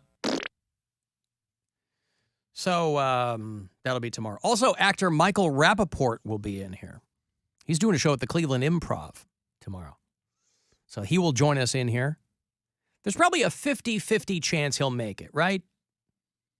He's probably got other things he could be doing. No, he's going to be here. He's going to be here. I just confirmed with the Improv. He's going to be here tomorrow. So Michael I'm Rappaport. excited about that. I'm excited too. I've never met him. I've never for a long time. talked to him, and he's done a lot of crazy. I mean, he's got an insane career. Great actor. We'll see Great what he's actor. doing. I don't know what his stand up is like, but I mean, True Romance, and he's got a bunch of great movies. What's the one I'm thinking of? Higher Education, that John Singleton movie. I think he played a neo-Nazi or something in that. He was the school shooter in that movie, I think. But I just saw him in, for people who saw the last season of Only Murders in the Building, that Steve Martin short sitcom with Selena Gomez. Michael Rappaport's in that. So anyway, he'll be in here tomorrow. Chat with him. Next week on the show, Tom Bergeron will join me. Ice-T will be on the show. Talking about whatever. And then next Friday, of course, the big MMS St. Paddy's Day party at the Clevelander. Somebody here in-house this morning goes, hey, when are you going to get down there? Like noon? I go, no, homie, I'm down there at 10 a.m. Okay. That's when the broadcast starts. I'm not popping in at noon. 10 a.m. it is. 10 a.m. I mean, people can show up whenever they want. It's not a bad idea to get down here that early either, because that's when it's going to be a little bit cheaper to get an Uber. I was going to say, it's going to be real expensive the longer you wait. People will be up at 6 a.m. I'll probably Uber there and then take the RTA home. Oh, no, I haven't taken the RTA. I can't take. Is the RTA the same as? Oh, never mind. I'm thinking about the Rapid. Never mind. That is the RTA, yes. Oh, well, then I haven't taken the bus ever, but I've taken the Rapid a couple times. Awesome. Do you know what RTA stands for? Residential Transit Association. Boy, he's close. 30%. Want to give it another go? RTA. You got the T right. Okay. No, it's not. It's either residential or regional. Take your pick. It wasn't residential, right? regional. Okay, you're up to 60%. Regional transit. Come on, you got this last one. Uh, Let me know when I can give him a clue. No clue. So it's not association. It's not automobile. It's the Regional Transit Automobile. Let me give him a clue. Can I give him a clue? Yeah, go ahead. Respect my. Oh, authority. Authority. I guess you got to get him where he lives, right? Yeah. You've got to hit him with the references he knows. The Regional Transit Authority. Oh, yeah. I go RTA. There you go. Okay. It's the largest transit agency in the state of Ohio. I didn't even know that we had like our own little train system, subway system. I've never taken a bus here. I have taken the Rapid one time. I didn't even know it existed. In 13 years. I've never taken a bus. And I'm not averse to it. I mean, I grew up taking buses and trains and things like that, but here, I'm driving everywhere. Yeah, you don't need to. Do they even send a bus out to Bay Village? You know what? They do for old people. No, they take them out of the city, but they don't let them come back in. Oops, sorry, you got to get the number 5. I see them. No, there's a CSU route that picks up students in the morning, and then I'm still here at work. I imagine when it would come back, but when in the morning I see there's a CSU RTA route that comes out there to pull students in and out. What is the weather? It's still a few days out. So, over a week out. So, for St. Patty's Day? Yeah. We're supposed to. Like what it says right now, 52. We're supposed to get like good. 4 inches of snow tonight or something, I think. Yeah. I don't know. But, it says 52 degrees next Friday. That's not too shabby for a St. Patrick's Day. Yeah. That's pretty great. Alan, you're such a Debbie Downer on the permafrost viruses. I don't know what to tell you. Man. What are you talking about? We said it could be a good Downer. thing. Yeah, it ain't gonna be, but it could be. Come on, man. It's like, no, it's all Debbie Downer. By the way, thank you very much. It's David Downer. All right. I'm a cis male. Permafrost covers a 1/5 of the northern hemisphere, and boy, is it going away. So, they're gonna. But again, scientists can't not investigate these things. So they're calling it a zombie virus because these things can live for tens of thousands of years. And so what they do is they'll test samples to see if the particles are still infectious. Just because it's alive doesn't necessarily mean it's still infectious. I got to give it up for the people who study these things. You think of like these outbreak movies where they get a rip in their suit. They're like, You're a virus hunter. These people are on the front lines, boy. These people are doing the work. There were Russians about a decade back who found like 30,000-year-old seeds and brought a flower back to life.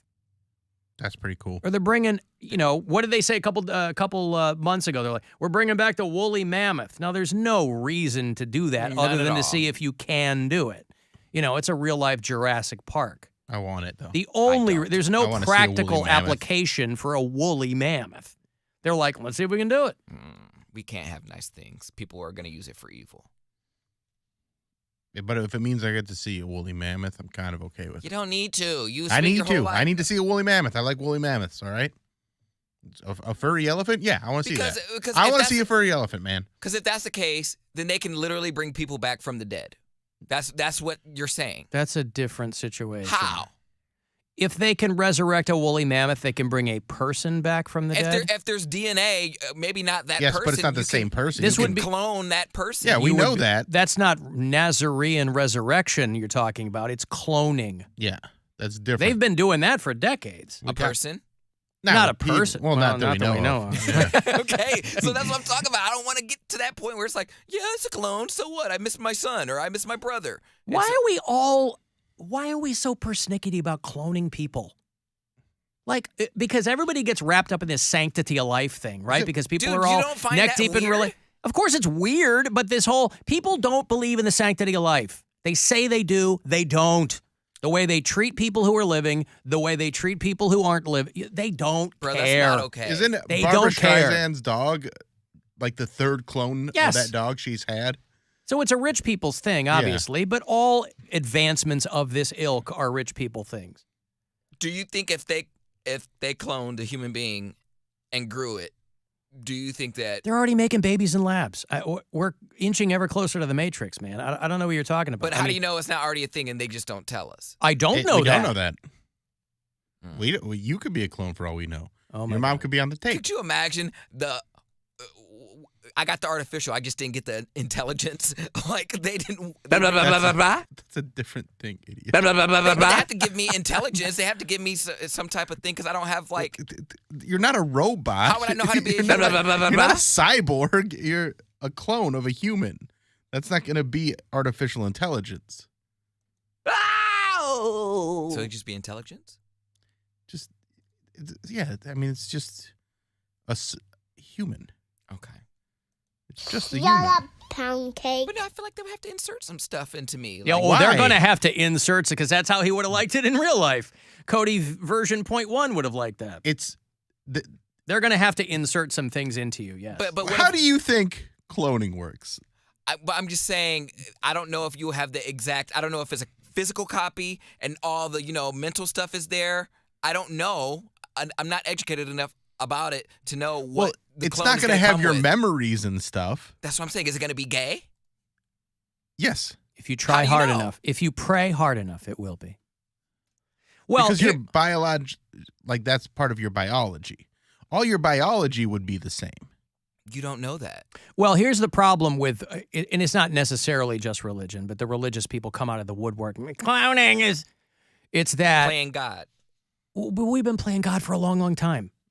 What do you think? The same people who are in favor of capital punishment, they're playing God too. Right-wingers who love putting people in the electric chair or, that's playing God too. But cloning people, if they do it with animals, they've done dogs and pigs and all that stuff, right? The reason that people don't freak out about that is because we're already eating those animals, so whatever. But cloning is nowhere near perfect. So they can have really heavy-duty genetic errors. Mm-hmm. They can be, die painfully. So they're like, yeah, we don't really want to do this in humans yet because you don't want to create people with serious genetic malformations because that would be awful. Oh. There's already actual living people with that kind of stuff. So, but I don't know. I wouldn't be surprised if they didn't have somebody growing in a lab somewhere and, and they break out. I just get to build me a man. Like off a Rocky Horror Picture Show. Yeah. Make Why me not do man. that? That's right. Blonde hair and a tan.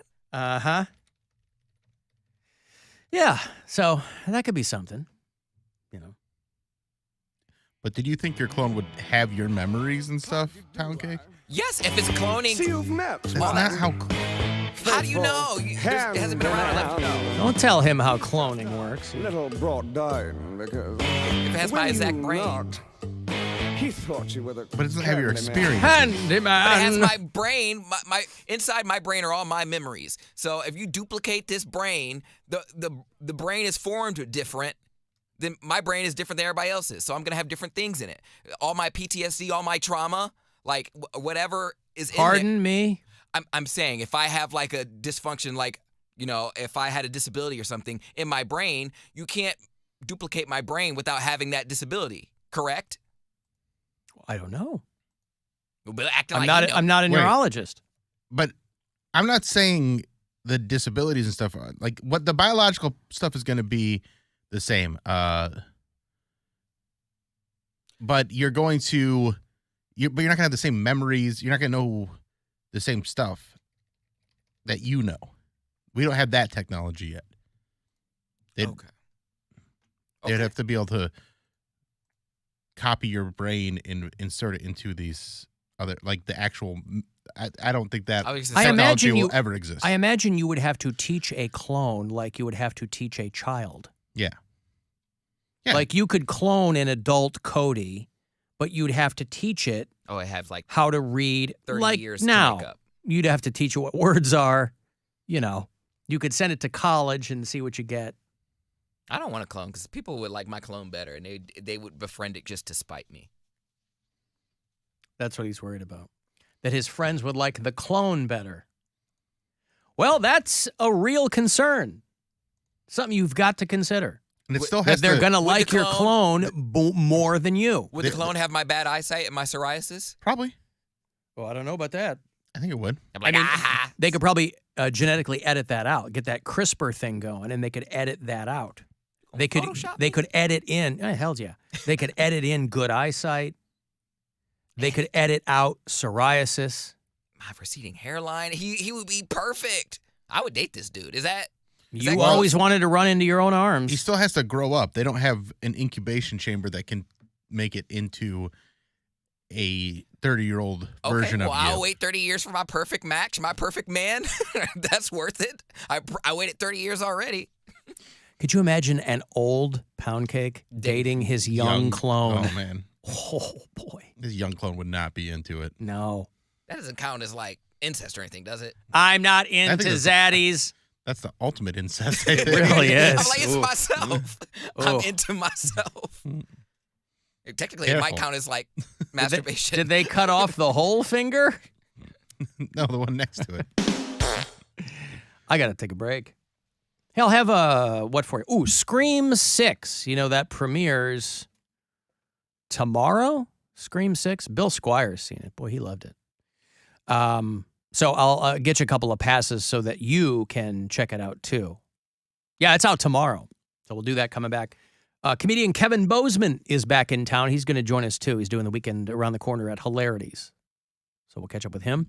35192 and a text for anything else. And we'll be back.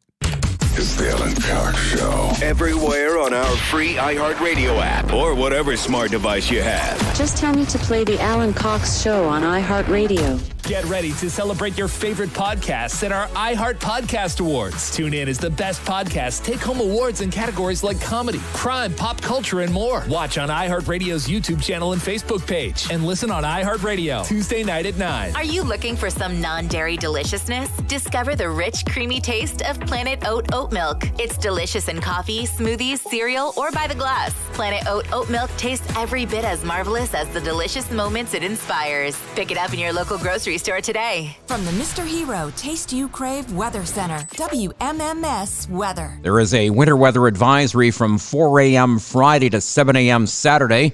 Snow will start about 3 in the morning, overnight low around 30. Friday, snow mixed with rain, a high in the low 30s. Saturday, chance of morning snow showers, high 32. This report is sponsored by Premier Bank. Premier Bank has that good vibe banking. Visit a branch to learn how you can earn $200 by opening a new simple checking account and completing simple transactions. Visit yourpremierbank.com/goodvibes to view offer details. Member FDIC. Always the best deals, always the best value. Hey there, it's Alan for FanDuel. It's Thursday. That means you can bet the NBA on TNT every Thursday with a no-sweat same-game parlay from FanDuel, America's #1 sports book. Doesn't matter if you're new to FanDuel or you already have an account. You want to sign up? FanDuel.com/Cox. Use my name as your promo code. And then every Thursday night, tonight, you'll get bonus bets back if your same-game parlay doesn't hit. Parlays are a great way to combine your bets. Chance at a bigger payday. They've got some set up for you. You can build your own if you like to. However you want to play, you can bet the NBA on TNT every Thursday night. Warriors, Grizzlies tonight. Knicks at Kings. No sweat same-game parlay. Sign up. Go to FanDuel.com/Cox to learn more.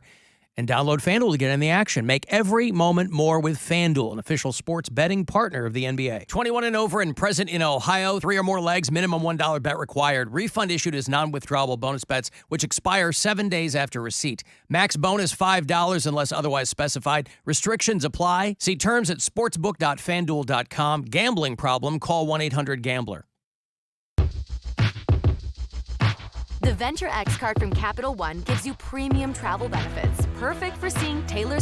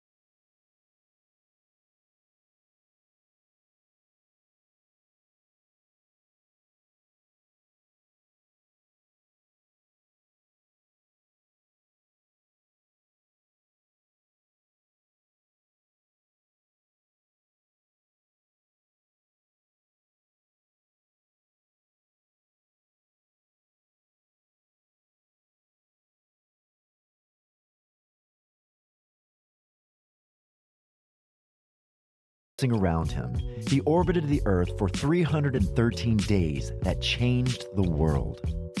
Listen to The Last Soviet on the iHeartRadio app or wherever you get your podcasts.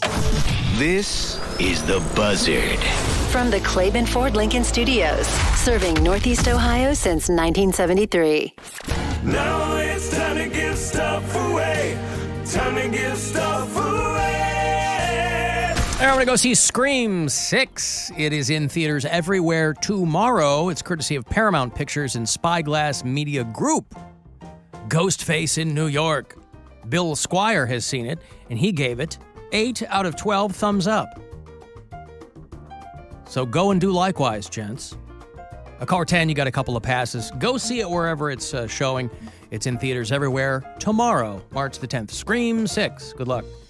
Caller 10, 216-578-1007 or 800-348-1007. Studies show that listening to classical music can temporarily raise your IQ.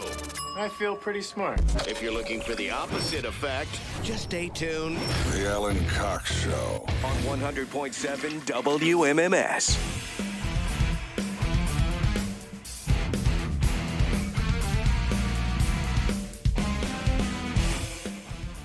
One year my son gave me his Christmas list, I was like, yeah, man, he ain't real. I'm sorry. This is a ridiculous list. What is wrong with you? We can go halvesies. My second kid came out with the worst list. This was his list. He's like, look, Dad, I need a smartphone, some Air Jordans, and an iPad. I'm like, whoa. Santa don't do iPads. Santa does Legos and action figures. To which he responded, well, I feel like I had a pretty good year, so I'm gonna keep it on my list. And then we just uncomfortably stared at each other. And finally I was like, well, I'm Santa Claus. I didn't want to tell you. I was hoping that your friends would tell you, and then I would avoid it. But you have backed me into a financial corner with your $3,000 Christmas list. Now redo your list and keep it under $150. Here's Kevin Bozeman laying down the law, changing children's lives for the holiday season whenever it comes up. They still ask me. They still give me a Christmas list, by the way. Your kids, how many kids you have again? I have 3. 3 kids. 3 kids, yeah. And they still give me their list, but it's different now. It's just off the charts. It's like, Dad, can you give me spring break for Christmas? Send me to Mexico. Do they have a skewed idea of your success? Do they think your success only because is theirs? I have a skewed idea of my success. Well, that's okay for you. But like kids think that like if dad's doing well, they're doing well, you know, like that. I know it's a joke, but you're like, I think I had a pretty good year. No, of course he probably did say that. It is true. That's you're why like, you don't have any money. I have money. But I always try to knock down my materialism in front of them. So yes, the more humble I show myself, I hope that it reflects on them. So yeah.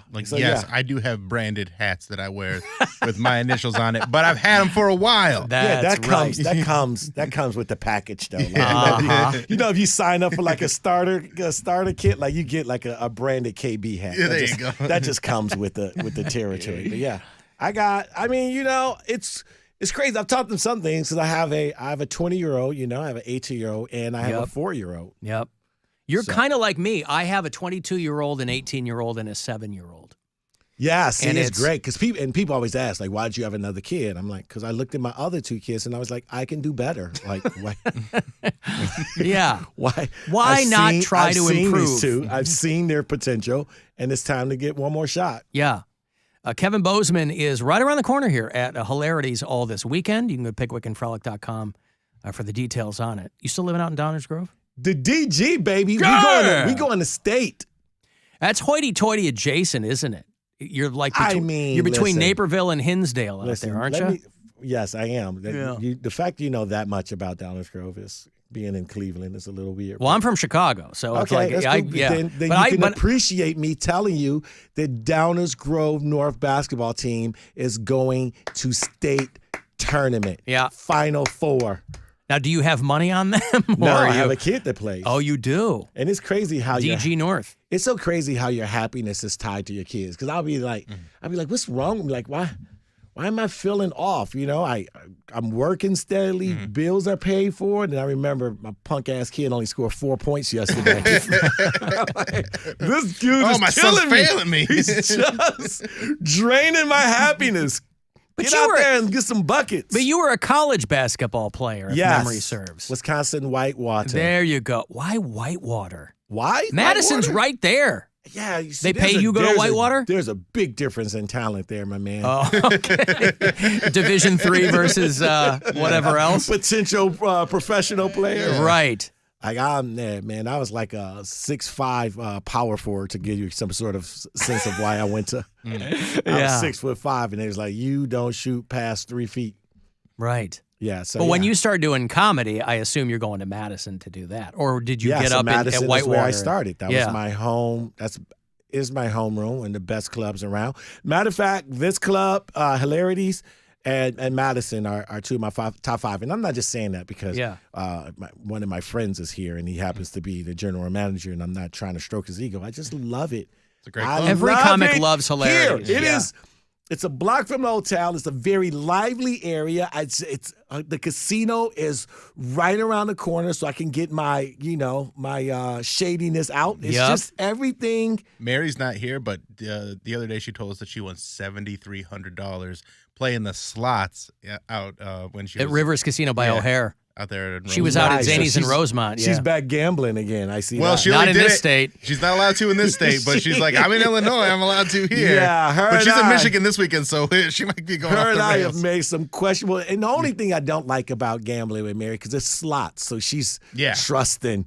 Like there's no skill at all. Right. And she's just trusting the pull of a handle. I'm like, you sit at the table and play. I sit at the table. You gotta yell at people when they make bad decisions. $7,300 though. She went in with $250 and came out $7,300. That's you know what? That's unheard. Things are turning for Mary. Yeah, right. Things are starting to turn around for Mary. You see what happens when you turn that Crown and Coke to apple juice, people? Yep. The Good world things can be happen. yours. That's right. Good things happen. Sober up and get out the life. Go gamble in another state. Just believe in yourself. Are you sober? Right now I am. I'm the most sober. I just wonder about the rest of the day. No, I won't. I'm not. No, I'm not at the point where I would give up drinking or gambling. Right. What's Mary the drink? actually gave me a preposterous thing. We were in New York City not too long ago, and she had the F, Marry, Kill, gambling, drinking, comedy. Ooh. I know, right? Okay. Of course I would marry comedy. Yeah. And then I would sleep with gambling and then you kill drinking. Yeah. But I would never actually kill drinking. I would just see drinking on the side. Yeah. Drinking because you're a side chick. And then, of course, comedy would catch me because they always hang out in the same circles. And they'd be like, what? I'd just be like, you just don't understand. Comedy, drinking gets me. You're liking all of drinking's posts. You're getting caught. Hey, drinking you up? Yeah, drinking. What are you up to? What are you up to? Comedy's going to bed early. Thursday night, 7 p.m. show. Let's hang out. Yeah, I mean, everything is all about moderation, right? Well, especially if you're keeping everything afloat. You know, it's the people who are like, can't manage that. You know, Mary was somebody who recognized, I can't manage that, so I can't do it anymore, right? For people who don't have an issue, it's fun. Yeah, I mean, I didn't start drinking until I was 26, and I'm like, God, I really missed out on a lot of... I didn't start till I was 29. Yeah. And then you try making up for lost time. No. Boy, I did. Is that what you did? Yeah. Listen, I just feel like it's all in moderation. Here's the problem that most people have, just in general in life. They just lie to themselves. Yeah. Self-awareness is not People common. always are like, these guys are liars. They're not lying to you because you know who they are. Mm-hmm. They're lying to themselves. So until you can start having honest conversations with yourselves, you're just going to keep going in this little circle that's just spiraling down slowly. It's like having a family. Having a family is like running a small failing business. There's always more going out than coming in. Yeah, you see your inventory and you're like, this is not solid. This can't sustain. I'm never going to be able to cash out and sell this company to a big tech firm. Yeah. It's not going to happen. So as a younger man, what was the lie that you told yourself for a long time? When you finally said, be it professional or personal, what was the lie that Kevin Bozeman told Kevin Bozeman? That I could work well with others. Okay. And But that's kind of that's the kernel of every stand-up comedian. You're not a joiner, right? Yeah, like, Chicago, it's like it's an improv city. But when you go to college and you get a degree in college, they teach you like to get ready to go out into the real world business. And I found out, it's just like, man, this is not me at all. Like, why do these thoughts running through my head all the time? Why am I always trying to think of funny stuff and trying to entertain? So yeah, that was probably my biggest thing. It's just for a while you were like, the lie you were telling yourself was that you could have like a straight kind of like a square life. Yeah, dude. Like, what did you study at Whitewater? I was communication, but I was just like, I went into sales. I tried to be like go into offices and stuff, and it's just not. I don't like to see the same people every day. I don't even like, and that's still true with my kids. But also, like when you do, there was a period of time before I came to Cleveland. I was off the air. I had been on the air in Chicago. A station got sold. I was off the air for almost a year and a half, and I was selling for a radio station, right? Yeah. So I'm at the bus stop every day in a suit, and I'm surrounded by, and I'm thinking to myself, wow, my broadcasting career could be over. I didn't know. And I was like, is this going to be the rest of my life? And I have like this weird affection for people that like do that every day. They stand at the bus stop and they have a briefcase. I'm like, oh my God, I can't even imagine. I'm not trying to put this out there, but pedophiles also have a weird affection for people. You might want to rephrase that. For children? You might want to rephrase that. Creepy people. Yeah, okay. Predators have weird affections. Weird affections? All right, well, I guess I have weird affection for on TV, so I do like hot kids. Listen, all I've ever said is if you want me to watch a show with children, they just need to be telegenic. I don't need these I'm almost into puberty kids. You know, that first couple seasons of Stranger Things, that was pushing a rock uphill, boy. Wait, what are we talking about right now, Alan? Bill likes to, it's a little callback that I said I like hot kids on TV. All I'm saying is. Because he didn't want to watch Stranger Things because he thought the kids were too ugly. Yeah. He couldn't stick with it. If it's a show about kids and they're not, I want anybody, this isn't England, right? I mean, I want people on television to be attractive. Pre-adolescent kids are almost always ugly. No. Because they're growing into their morphing into their last self. Yeah. And so full bloom. It's going to be acne. It's going to be gangliness. It's going to be crooked teeth. It's going to be, just underdeveloped bodies and just not walking right. And so it's fair if you just don't like to watch preteens, I guess. I mean, it's kind of weird that you can't enjoy like a fabulous show like that because of your hang up with ugly preteens. What can I tell you? It's a lie that I don't tell myself. Listen, my man, you got the right to judge. You out here in downtown Cleveland. Downtown Cleveland. Lots of ugly adults walking down this street, huh? Oh yeah, plenty. Oh, we saw a guy. Abundance. We saw a guy last week out right here on the curb. Just whip it out, take a whiz right there on the curb. Just nice. Yeah, it was nice, boy. Nice. Did you guys get a sample just in case if you need to pass a? No, I didn't run out and grab a cup. I don't think that dude's passing a thing. That dude's paying that money for drugs. One thing he was passing was kidney stones. Oh wow, it was pretty gross. Yeah. Wow, I'm telling you though. I mean, I'm not trying to. I'm sure all your listeners are good people and good-looking people, but hanging out with ugly people is a character builder. Yeah. Like, right? Because especially, like, if you're rolling around naked with an ugly person, like, that's character building right there. That's a little just advice. I'm not saying you should do it, Cleveland. I'm just saying don't get down on yourself if you get caught up with a 2. Hey, listen, it's the Midwest. It's invariably going to happen. It's going to happen to you at some point. You're going to be. Are you saying that if you live in the Midwest, you are destined to be with an ugly person? You will.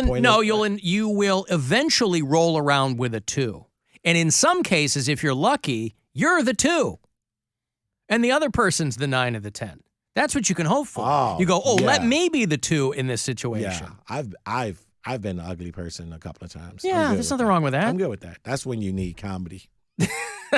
That's when you. That's when comedy balances it out. Mm-hmm. I feel bad for my friends that just get laid off their looks.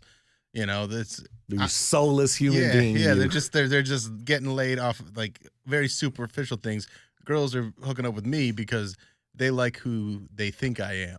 Right, and it has nothing to do with the fact you're on a radio show every No, day it's and you're absolutely famous. that's a big part of it. I mean, that's the biggest part of it. Homeboy, but I'm okay with that. I think those are one and the same thing. You could try to act like you're different, but being famous runs parallel with being good hot, looking. yeah. It's fine by me. Yeah, it's 2 jet streams on the same pattern. So you could try to make it seem like these good looking people, right? Because I've met a lot of famous people that not you. You're a good hang and a good dude. We've proven that together. Right. But there's just some famous people that's just out there that has nothing to offer but dirtbag fame. Yeah.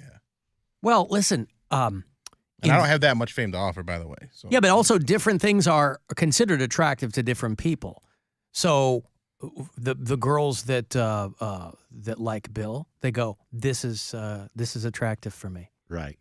Bill Squire is my guy. Right. Like for me, health insurance. Oh, health insurance is so hot. You see a Blue Cross Blue Shield card on her nightstand. Anything sexier than a PPO? Come on. I'll tell you what. Kevin Bozeman. Saw his HSA. Yeah, let me see that HSA account. See what you got stashed in there. Mm-hmm. $75, honey. That's not going to do. I mean, unless I stub a toe. Dental cleaning. Yeah, no, you want at least 5 digits. Something. Yeah. Kevin Bozeman is at Hilarities on East 4th. It's right here downtown. He didn't even have to haul ass to the sticks anymore to come see us. Didn't do it, but I would have did it. Thank you. I would have. Hilarities this weekend. You go to pickwickandfrolic.com for the details on that. And where do you go after Cleveland? Are you on the road for a while or no? So I'm preparing. I got a couple of spots. I record my new special April 1st in Philadelphia, so I'm looking forward to that. Is that a helium thing or what is it? Yes, sir. Do you have a name for it? They've been trying to get me in. I have not got a name for it. I barely got jokes for it, Holmes. He's like, the name is the very last thing I'll put on it. I'll get to that when I'm done getting these jokes out. Yeah. The thing about watching you do comedy is I've seen you, 24 times over the years. Yeah. I don't think I've ever, even when like the weekends when we're working together. Yeah. Like there's no 2 sets that are the same set. Like you kind of just flow, and they're you can tell they're written bits, but you're just pulling from all over the place. I love it. Which is always weird when it's time to hunker down and create that new album, because it's just like, no, this has got to be all. It's got an hour. Yeah, it's got to be something. It's got to be a flow, and it's got to have a theme, so I can't pull. That's probably the toughest thing, is just to have that self-discipline and being like, all right, this is the see that this is is the that is, hour. Alan? That's self-awareness. Crank out the jokes. I try. He's not lying to himself. He knows. Yeah, he knows I know. he can be I all know. over I know. the place. I got to not goof around as much and be more solid for sure. But it's fun. But this is why it was important for me to do Cleveland before, because it's such a good room, and the audience have a good way of letting me know. They'll tell you what's good, how they feel about me. Mm-hmm. Yeah. Well, they love you though, and I love them. Yeah, I'm a big fan of yours. You got to get on that. You saw that Nick Cannon game show, Kevin Hart? Did you see that? It turned out to be a prank. I think everybody figured out it was a prank, but it was called "Who's Having My Baby?" Maybe like you're a married guy, yeah or no? I know you got kids. You're not married. Do a thing like this, because for a guy who has 2 older kids and then a little one, do a show like this. Obviously, Nick Cannon's burning out on this whole like, ha, I leave it in all the time thing. Yeah. If we do a Kevin Bozeman similar show to that, but it's like, who's going to put me on their health insurance, right? Who's going to cover me when I get some kind of bacterial infection? That's a really clunky name for a show. The name of the show is called HMO or No. That's right. Yeah, I like it. We got to shop that around. I love that I came in here to promote my show, and then I come out with a show idea. Yeah, you got an elevator pitch You now. guys are just on top of things. Well, we don't have the budget for parting gifts, so we try to leave you with a little bit more than you came in with. Sometimes we fail miserably. But. Yeah, sometimes I've come in here a couple of times. I felt like you guys took more than you gave. Yes, yes, I remember the ones June of 18 and September of 21. I know the exact times you're talking about. This time, I feel like I'm coming out with a little something. Evened up a bit. Yeah, it's just tried to make up it's for just lost life time. balancing itself out. There you go. Mm-hmm. Appreciate that. You're welcome. Yeah, it's dope. Kevin Bozeman is at Hilarities. You know it, you love it. To a person, a comedian will tell you it is one of their favorite clubs in the entire country, and they're never lying to you or themselves when they say that. Because it's so well run. So well run. And Nick still looks like he could bend a person in half. And so you got to watch your P's and Q's around him. Yeah, that guy is, I strive to be him when I'm 103. He's the best. He is. He's such a good dude, such a kind heart. And they got great food. So don't just come for comedy. Come early, get yourself a meal, a bite, a cocktail, laugh a little. You can have a full evening. Yes. Right? Yes. Right on the cobblestone, baby. Yup. It's like you're their maitre d'. You're their master of ceremonies while they have a nosh and a couple of pops. Couple of soda pops. While they're watching Kevin Bozeman. Yeah. Well, it's always good to see you. And the pleasure is mine. I appreciate you coming in. Thank you. Thank you for having me. Get to Hilarities this weekend. PickwickandFrolic.com has got the details on the shows. Kevin Bozeman, everybody. Let me take a break here. If you want to get a text for something, 35192, and you can listen anywhere on the iHeartRadio app. Cleveland's biggest party will be broadcast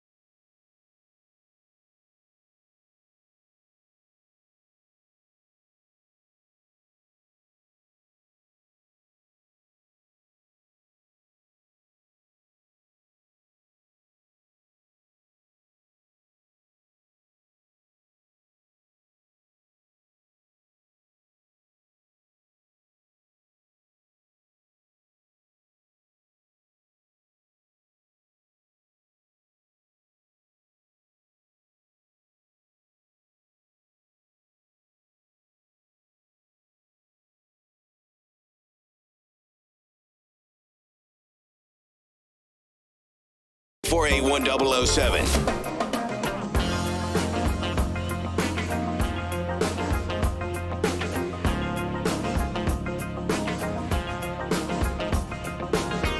Three 35192 to send me a text.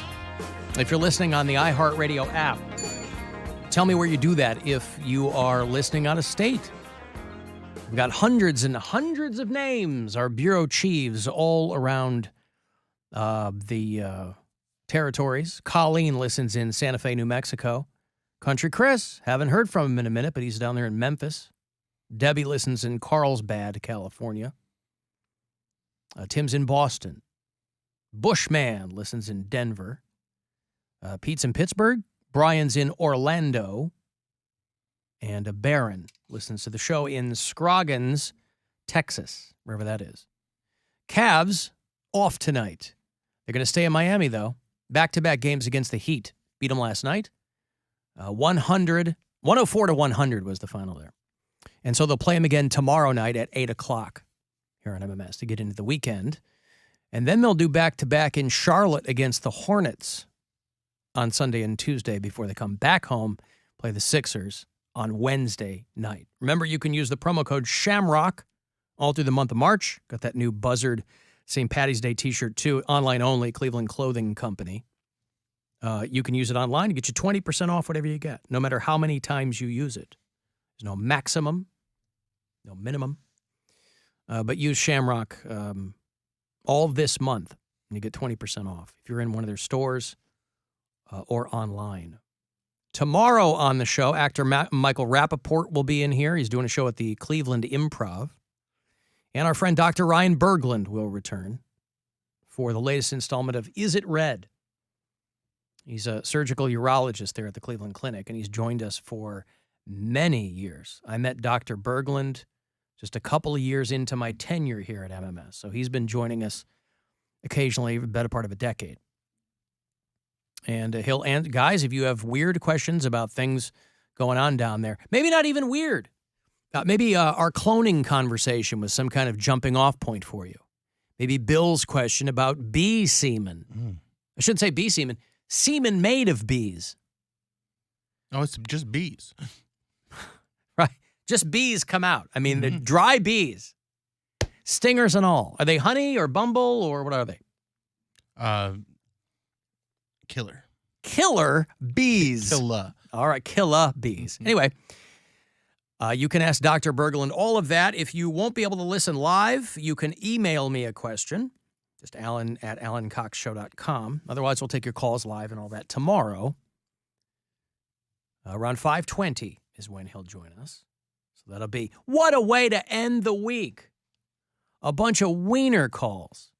Guys who go, yeah, I've been married to my wife for a long time, and is there something wrong with it? I just can't get it up anymore. And invariably the answer is, well, it's probably in your mind. If you were to watch Pamela Anderson writhing around naked, would that do anything for you? Yes. All right, well, that's probably in your mind. But either way, I'll leave that to him to decipher. You know, we know all about Bill Squire. Well, not all about him, but we know about Bill Squire, what he wants us to know. Mm-hmm. And he's been nothing if not candid over the better part of his time here on the Alan Cox Show. 10 years. Whatever happened to Billy Squire?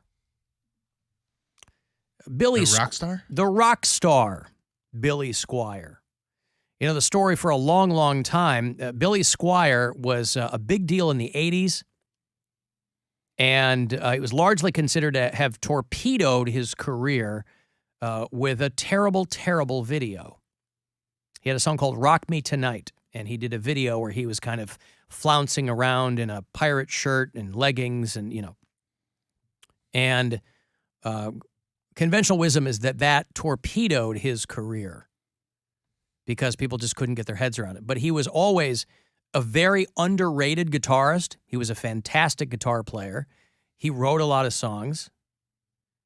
Word had gotten around that he had been a groundskeeper in Central Park for many years, that he was maintaining 20 acres of Central Park. And he's back. Billy Squire has got new music out.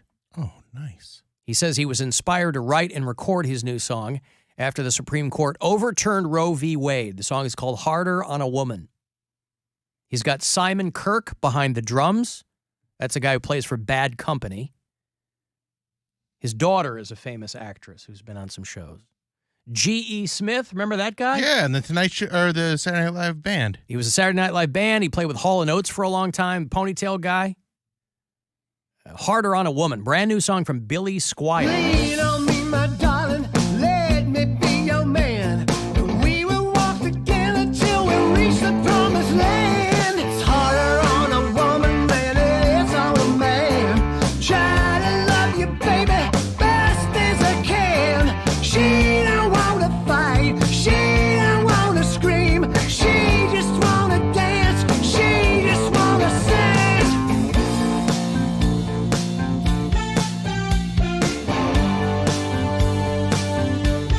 Kind of got an Everybody Wants You vibe there at the end. Remember his big song, Everybody Wants You? It's a great song. Yeah. This one, This is the first time I'm hearing him.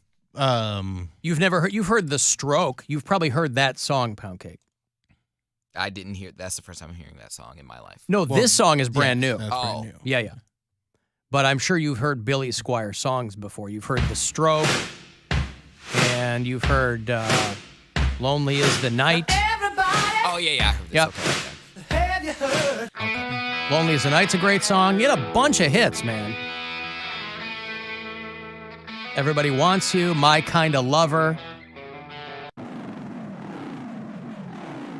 In the Dark. Rock Me Tonight was the one that torpedoed him, though. So good. It's a good song. It's just the video stunk. Or was weird. But it's keyboardy, and it was him dancing around in a lot of neon. I mean, if you've never seen it. Wearing like a pink tank top and rolling around on a bed. It was like. Oh, yeah, I was thinking it was a flouncy pirate shirt. But Yeah, it was like a pink tank top. It was, or not even, like it was like a cutoff. It was weird.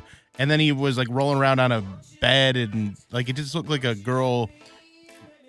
What a girl would do at a sleepover trying to do an impression of a music video. Yeah, he would say years later that his record company had given him awful advice to do that video and essentially torpedoed his career. Whether or not that's true, I can't imagine one thing would take you out of the mix, but it was not good timing for him. Yeah, but if you've never seen it, you go on YouTube and watch the Billy Squire Rock Me Tonight. I guess I could show people some of it. Yeah. But it was a good song. Rock Me Tonight's a good song. But, all right, if you're watching the live stream here, I'll show you some. So he's on like satin sheets. Oop, hold on. There we go. Oh, he starts off Shirt off, shirtless, yeah. I mean, he's putting on some drawstring pants. But then he puts on like a pink cut-off shirt or something.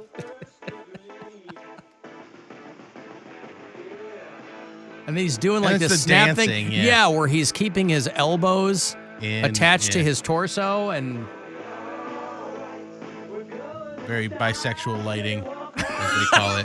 Why is that called bisexual lighting? I just ask Bill. I've never heard that before. That's pink and blue. The pink and blue is called bisexual lighting. Isn't that what we have in here? Kind of, but that's also what shows up.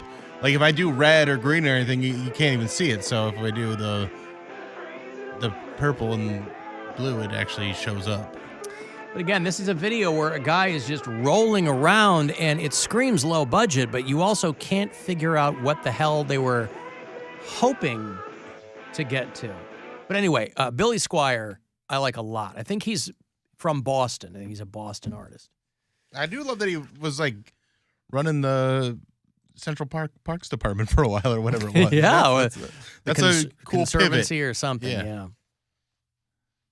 I've always wanted to do a reality show with Bill and Billy. I would have liked there to have been a time where you might recall David Lee Roth was an EMT in New York. And it would have been cool if they'd had a show. You know, there's these reality shows where they'll be like, I'm a celebrity, get me out of here. Things like that where they just throw celebrities into a situation. It would have been great to have a show with celebrities who were trained in something else. Maybe they were in an ebb in their career, like David Lee Roth was as a solo artist, like Billy Squire. They removed themselves from rock and roll, either themselves or they're forced out. It would be great to have a show full of these people who actually knew how to do something else. Billy Squire's a groundskeeper.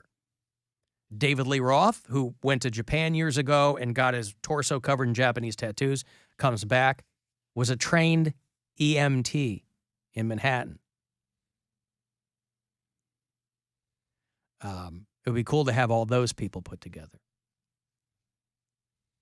Alan G.E. Smith played one of the Browns games years ago. Oh, yeah, I remember that. Okay. I think they had him play more than one game. I think he played a few games. They just had him like over in the corner. Over in the corner. Like he was just jamming in between like commercial breaks and stuff. Hey, it's General Electric Smith. It's right over there playing the axe. A subsidy of the Scheinhart Wig Company. If you listen on iHeartRadio, you can always leave us messages there, a little talkback button for you. Hey, guys, you bring up AI a lot. My father, who is the same guy I called in once about him hanging the turkeys upside down, calming them, and then slitting their throats.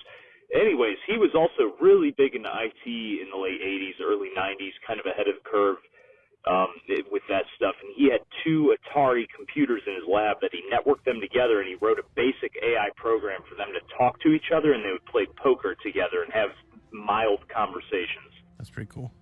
That's the kind of stuff my dad was doing when I was younger. My dad was an engineer and a computer guy and all that, and I remember him doing things like that. Just dick around like it sounds like that guy's dad was. Just to screw around, not any aspirations of, because you didn't know what you had. You could just, write the code and have 2 things talking to each other. I played you that clip last week of that company that's trying to foist AI DJs on radio stations that really don't have much of a budget. They're like, hey, this is going to be great. It's going to save you a lot of money because you won't have to, those humans that you're already paying next to nothing? Well, you'll be able to get rid of them. And I played you a little clip of that, and it was, of course, terrible. But that's where the technology is now. It will get a lot better. But I found another clip of them. This is an AI duo that's a demo for like if a news station wanted to use AI. You want to hear that? Oh, yes. Illegal for dogs to stick their heads out of car windows.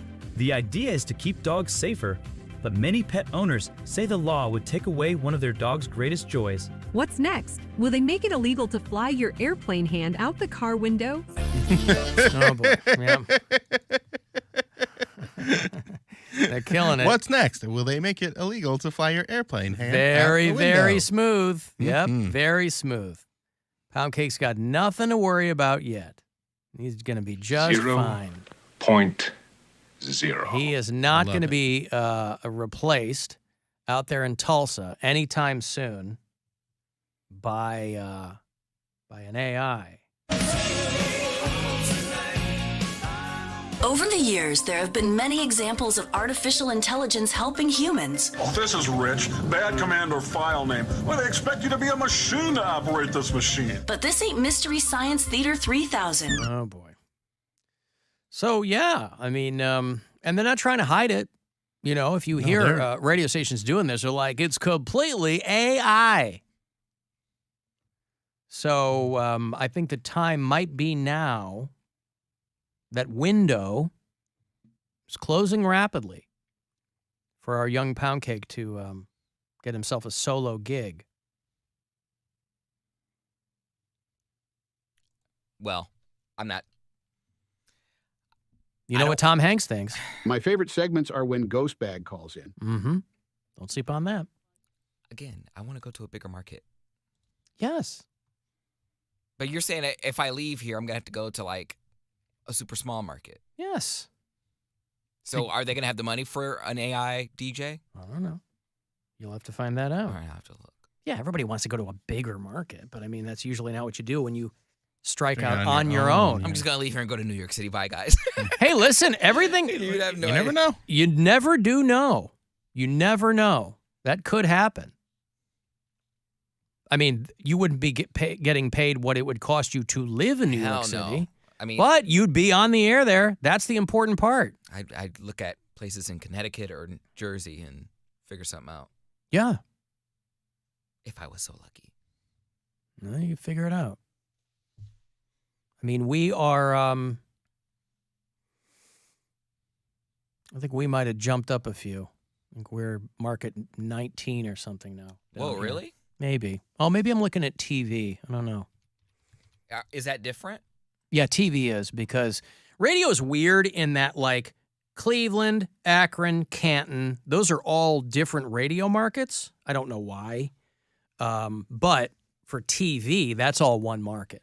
So it's a much bigger TV market than. I was going to say, because Northeast Ohio, they jumble that in a lot. Like, that's like our metro. It's another word, too. Like, it's like cumulative metro. Your DMA something is what it's called. Your ADI, sorry, your area of dominant influence is what it's called. And so that's all of Northeast Ohio. So that's why our numbers are so damn big. Like, it's like 4 million people altogether in Northeast Ohio. Yeah, it's for TV, it's market 19. For radio, it's market 35. Damn, that's a big drop. Well, again, if they were smart, they would just make the radio market. I mean, same, you know, yeah. yeah. Yeah, I was going to say. Because people can hear us in all those places. They hear us in Canton. Well, and we kill it in those markets, too. Right. It's like MMS is still like the #1 station in Akron, and, you know. My friend lives in New Philly, and they get the signal all the way out there, and that's way out there. Yeah. It's the new Philadelphia. So listen, there's a lot of places. Let's say you were going to go to a bigger market. You could absolutely do that. You could be on the air in Phoenix. Ooh, I love Phoenix. I got friends in Phoenix. I mean, you'll get there just in time for the water to run out. Wouldn't that be my luck? And I'd be so well, let me ask you thirsty out this. there, too. How much water do you need? See, that's the question you have to ask yourself. It's not enough to go, oh, well, it's going to be very dry. How much water do you need? I don't know. I mean, I don't drink enough water as it is, so me judging that would be probably off a little bit. All right. Because there's times I'm like, ooh, I feel lightheaded. How would you feel about going to a slightly smaller market? Such as? Indianapolis, Nashville, Milwaukee. Those don't seem bad. I'm surprised Nashville is as small as it is. Well, it's not small. It's just smaller than. Yeah, but it's a powerful market. How about, let me look at this list. We're going to send Poundcake to a really small market. And he's going to kill it. We're going to send you to, let me see. We're going to send you to Grand Forks, North Dakota. You're going to love it out there. I've been there a bunch of times doing comedy. Yeah, Bill's done comedy there. What's the population? Huh? It'll be of Grand Forks? you and then whoever else is running the station. 80,000 people in the metro area. That's honestly more than I thought it would be. 80,000 people. Wow. Something to consider. That's tiny. Well, yeah. Well, make me an offer. Go out to Lima. We've got radio stations in Lima. Go out to Lima. Isn't that tied in with like Dayton and Cincinnati? Oh, wait, no. I mean, Lima. Lima's a separate market. Okay. I keep thinking over that way. Go to Waco, Texas. No, I ain't going there. Hang out with Chip and Joanna Gaines. Yeah. Magnolia. You could be the black face of Magnolia. Think about that. That's some white people shrimp, that Magnolia, that Chip and Joe Gaines. They need some diversity in their marketing. That could be you. And with your carpentry background, man, you're a double threat. I'd have them as guests on my show, but I'm not going to make anything. Absolutely not. Okay. What about Morgantown, West Virginia? We were talking about that last week. Yeah, we were talking about that last week. Yeah. How about Anchorage? You know, my boss in Chicago, his very first programming job was in Anchorage. He ran a station called K-Whale. He was the anchor for Anchorage? He was the program director in Anchorage. That was his first gig. Because who the hell wants to go to Anchorage? He's like, well, gotta start somewhere. When you transition from being a air talent to being programming, he's like, I'll go to Anchorage. That's an adventure. Of course. These are all adventures. You could be in South Bend, Indiana. I wouldn't doubt that. Where are you looking on? Are you looking? I'm just looking at the rankings of markets. These are small markets. South Bend, Indiana is not. I mean, that's right by Notre Dame, right? I think Notre Dame is in South Bend. Yeah. Nice. And you're not far from that RV Hall of Fame. Oh, I didn't. In Elkhart, Indiana. Yeah. That's right around the corner. That's right. There's going to be a lot of hot guys in South Bend. Well, and they're going to be on the DL because they're trying to be Catholic. By the way, speaking of Elkhart, you see what happened to Sean Kemp? Remember Sean Kemp? I remember Sean Kemp. He was one of my favorite players at one point. So Sean Kemp is always associated with the Supersonics, but I was like, didn't he play? I thought you told me he played for the Cavaliers. He did come. Yeah, he went from the Sonics to the Cavs. And doesn't he have a ton of kids? He's got so many kids. Right. I saw him at All-Star Weekend. I bumped into him in the you did? concourse. Did he know you?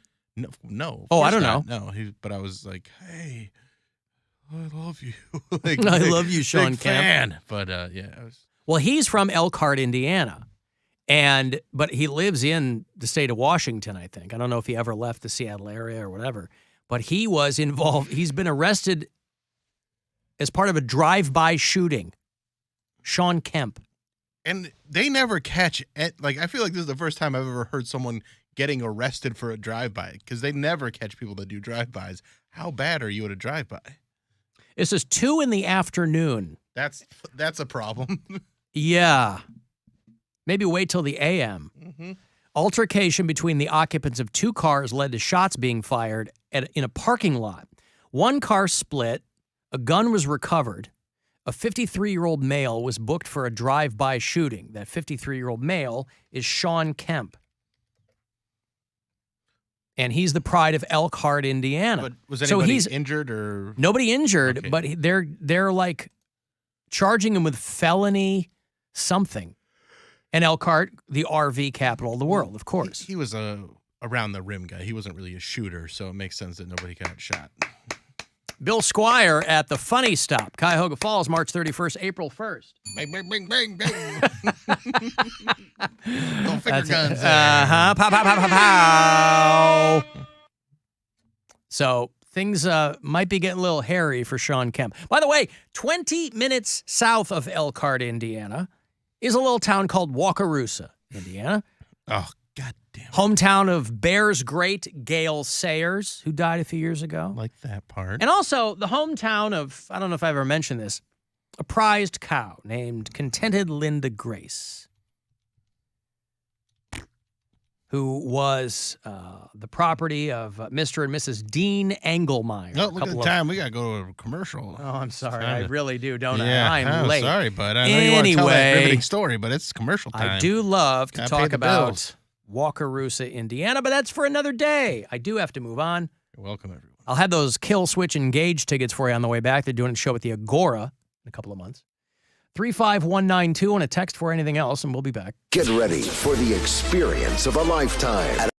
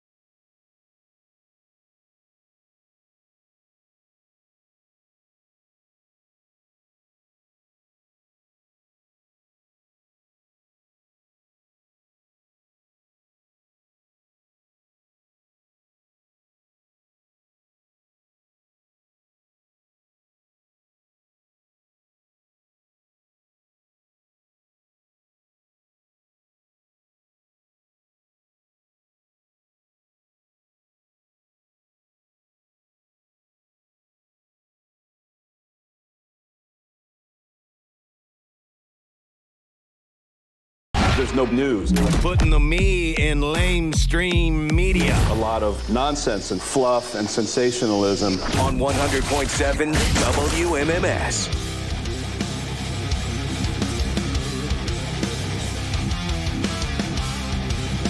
Maybe I'll get these guys in on Saturday. What's Saturday? Oh, Saturday night, we're premiering the new metal show here at MMS. It's called 2 Hours to Midnight. 2 hours until midnight. 2 Hours to Midnight is the name of the show. Yeah, man. Yeah, it's going to be all kinds of stuff. All things metal, really. It's me, it's Pat Butler, it's Corey Roddick, and the three of us will come together each and every Saturday night to fill your ears with heavy metal goodness across the spectrum. So there is a 2 Hours to Midnight Facebook page. If you want to leave us messages there, there's an email. If you're a local band and want to submit something, please make it clean for airplay. And if we like it, we'll play it. And if you just want to request something, it's 2htm@wmms.com. So Saturday night, 10 o'clock, here on The Buzzard. Very excited. Cavaliers are off tonight. Beat the Heat in Miami. They have tonight off, but they're staying in Miami. They'll play the Heat again tomorrow night. Guardians are playing right now. They're trailing, though. 6-2 behind the Padres in the bottom of the seventh. You see Team America, they're getting ready for the World Baseball Cup or whatever they call that thing. And the puppet thing with Parker and Stone? World Police? No. It's a baseball. I never remember what they call it, but it's the World Baseball Cup or whatever it is? Yeah, whatever that is. Team USA was getting ready, and they played a warm-up game against the Giants, and it's basically the Giants' spring training roster, and they lost like 4-2 or something. Really? Yeah. The 2023 World Baseball Classic. That's what it is. This is these are professionals playing? Yes. This is like the best of the best of U.S. players, and they couldn't get it done against the Giants' spring training roster. Yeah, I was reading an article about how America is it's because it's not all Americans, right? Well, that team was. That team was. But because it's the U.S. team. No, I understand, but it's teams from around the world. Yeah, but most of them are, you get teams where baseball's big. Right. So you get Korea, Japan, Puerto Rico, Israel, Dominican Republic, stuff like that. So the people who play in the MLB here play for their home country? Yes. Like Ohtani would play for Japan. Yes. Okay. Because I was just kind of scanning a blurb this morning, and they were talking about, like, American baseball players think that they're a bigger deal than the World Baseball Classic, but they're not. And America seems to be the only country that really doesn't pay that close attention, at least of fans, to the World Baseball Classic. But other countries, it's a huge, huge deal. I was like, well, that sounds like most world sports compared to America. We don't really pay much attention to what the rest of the world really is interested in. Like, they can't really get soccer going here. I mean, there's a lot of soccer fans here, but not like, we don't have soccer riots in this country. There are a lot of soccer definitely fans. Gotten way more popular over the last 30 years, but it's still behind, I want to say, even hockey. Yeah, it's behind the big four. It's probably here. The fifth most popular sport, if not sixth, because of golf. Golf's very popular, and tennis is pretty popular. So I don't know where it ranks. Behind golf. Boy. Okay. You want to hear more from Jenna? People keep asking me now that the After Hours line is back up and running if I have more from Jenna. There's a big backlog of calls from her, so I just grabbed a couple at random. Oop, hold on. It's time for Sweet Nothings with Jenna from Poland. Why can't I listen to the Bible on my tablet? Is Trump doing something to our devices? Is it a terrorist? What is it? This has been Sweet Nothings with Jenna from Poland. You can never predict what she's going to say, No. what they're going to be about, and what her take is going to be. She's on out it. there asking the questions that the lamestream media won't. Yeah, we're too afraid to ask those questions. Is Trump doing something so that I can't listen to the Bible on my tablet? And before, Most likely, yeah. Most likely, he is a terrorist. Yeah, before I played some from her, and she's like, if I had one wish, it would be to have a gun. So she's really all over the place. And that's what I like about her. You're right. You can never pin her down. You think she's going to zig, and boy, she zags. Hard. But she's out there in Poland, and she's doing her thing. I didn't have time to go through all of her calls.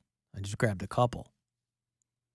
But she's, I will say, she's constantly talking about a different person in the context of her boyfriend. So, listen, I don't want to cast aspersions on anybody's life, but she is really making her way through these dudes. And I don't know in what capacity. You know what I mean? I imagine it's probably, pretty harmless. Yeah. Probably a pretty chaste situation. I don't know.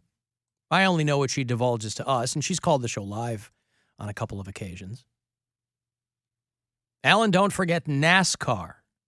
Oh, yeah, NASCAR. A lot of That's people a good like point. NASCAR. Yeah, but that's still, people argue as to whether or not that's a sport. I mean, they show it on sports stations. Yep. So I would say it's treated like a sport. Yeah. I mean, I would call it a sport just because all the pomp and circumstance around it. I'd call it a sport just so I could be like, hey, I need a car to run, and then I'm going to get into the Olympics, win that 100-yard dash, because I get to use a car. Yeah, but, I mean, you have to be skilled to do it. I couldn't get behind the wheel and do it, I don't think. You know what? I think you could. Give it a shot.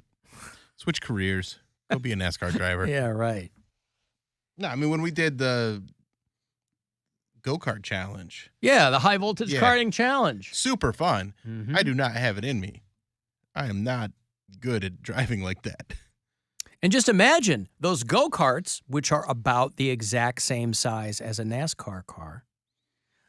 So it was apples. Exactly. It was apples to apples. Mm-hmm. It was difficult to navigate. And a much twistier, I would argue, that go-karting is more difficult than NASCAR. NASCAR, you're going around in a circle. A circle. An oval. Even, yeah. Right? Not even a circle. You're turning left the whole time. High voltage karting out there. Boy, it's twisty and turny, and you might hit a hay bale. Nobody wants that. Put some hay bales out there at Daytona if you want to impress me. What? You know what I used to call go-karts when I was a kid? I hope you'll tell me. Goat carts. I thought it was goat carts. No, you didn't. Yes, I did. I said it. Why? Goat carts. I don't know why. So what age? 29. I don't know. Well, we had a go-kart at my aunt's house because she had like 4 acres, and my uncle made a little go-kart track around like in the backyard. And so we had one. And this is the thing, Bill, that you don't believe him on?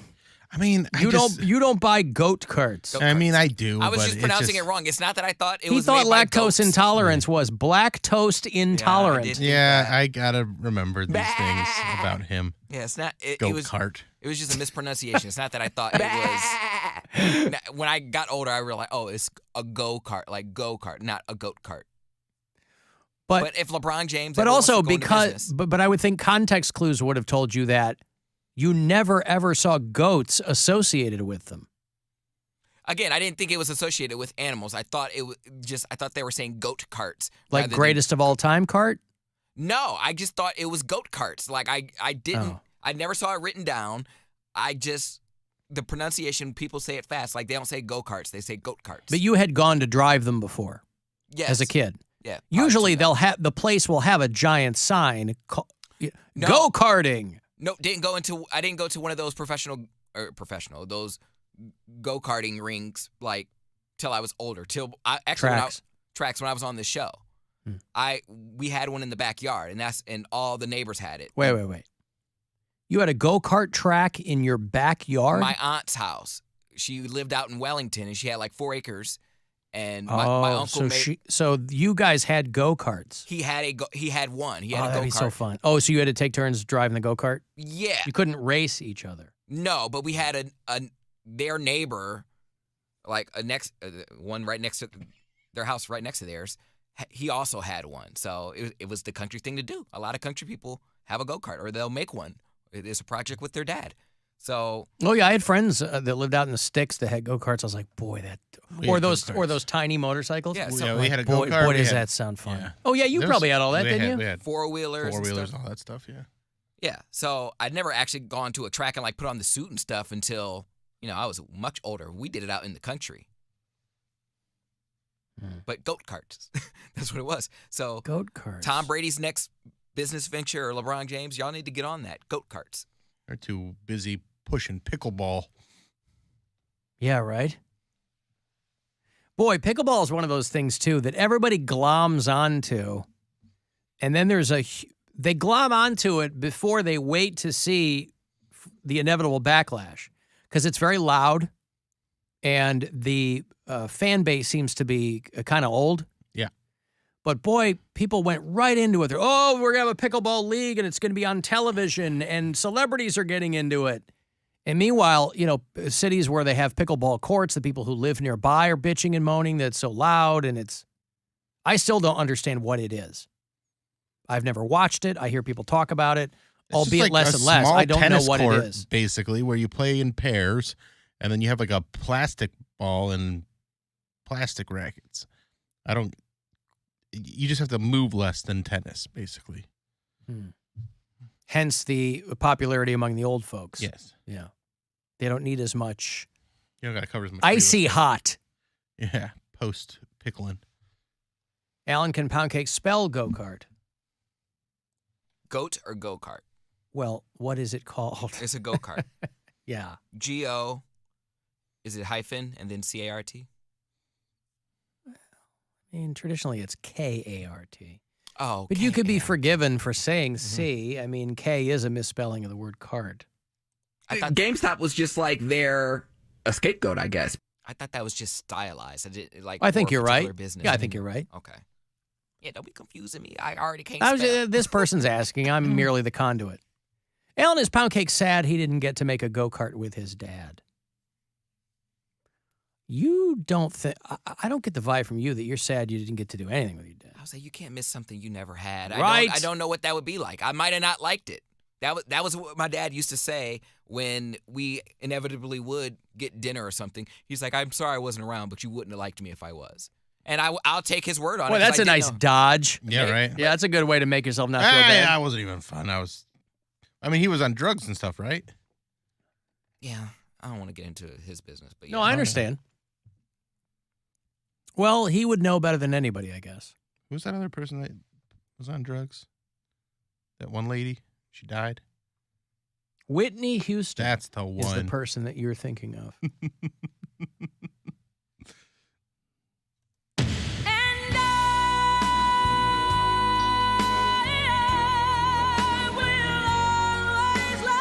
Crack.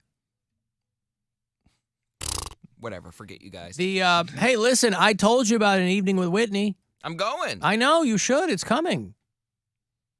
It's very exciting. I have the Lorraine Palace Theater. I think you should smoke crack before you go, or while you're there. Should or shouldn't? Should. No, I don't. think it's a good Don't. tribute to her. Don't. Does crack have a smell? Like, can you smell someone doing crack? I mean, human crack has a smell. I don't know. Yeah. I've never been around it, so I don't know. I tell you what, man, I don't like cocaine, but I sure love the way it smells. Yeah! Crackheads or crackhead adjacent, call in, because I want to know if there's a smell. Does it smell we like got the medicine? one guy that said meth ain't that bad. Yeah. So maybe crack's the same way. Well, I didn't know if there was like a stench or if does it smell like chemicals, like it smell like burning pills, you know what I mean? Hey, man, meth ain't that bad. Crack smoke is described as having a noxious odor similar to that of meth. Gasoline, paint, nail salons, that chemical smell. Ugh, that's like the worst type of smell. So that's what would keep you from smoking crack? No, I just... See, that's probably why it didn't bother Whitney.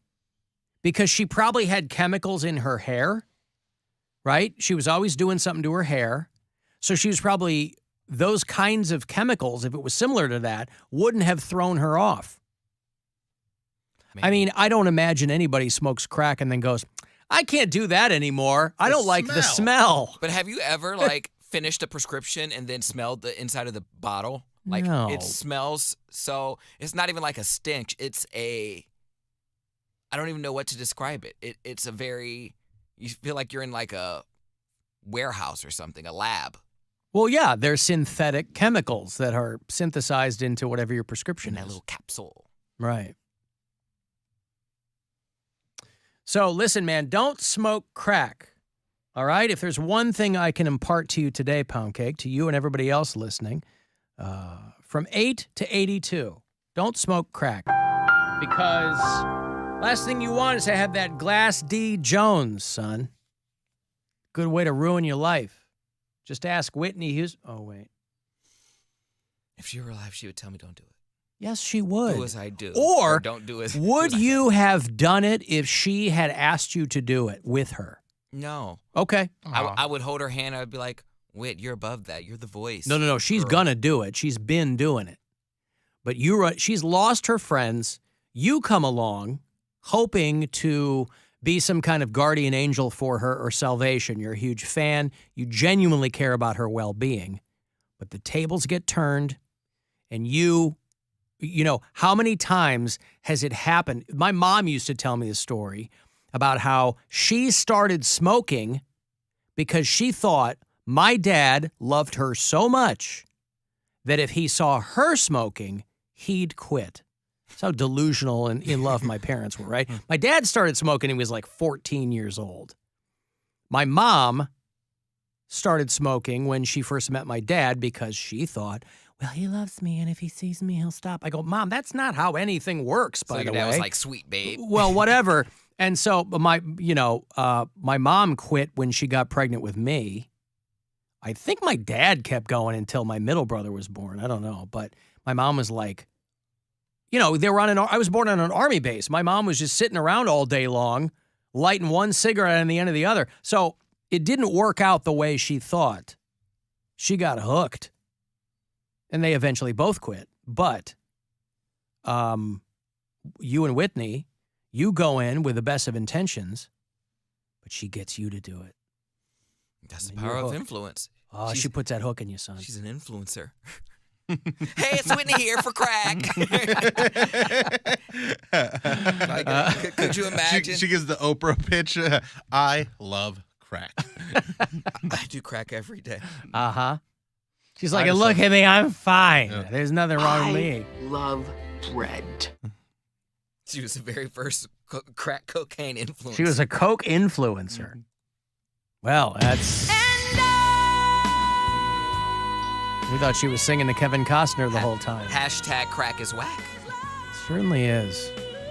I got to take a break. If you'd like to send a text for something, 35192, AlanCoxShow.com. It's where you can watch, and you can listen anywhere on the iHeartRadio app. Rover's Morning Glory. People will do anything to lose weight. You're taking one of these new weight loss drugs.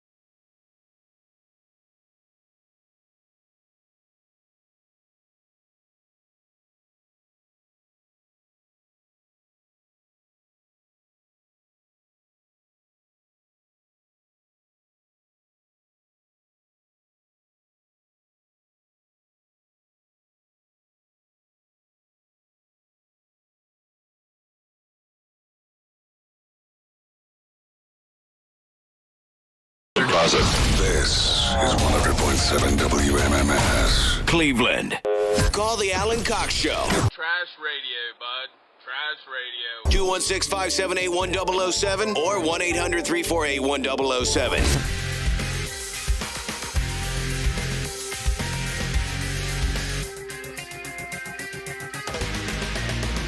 35192 if you want to send me a text, AlanCoxShow.com.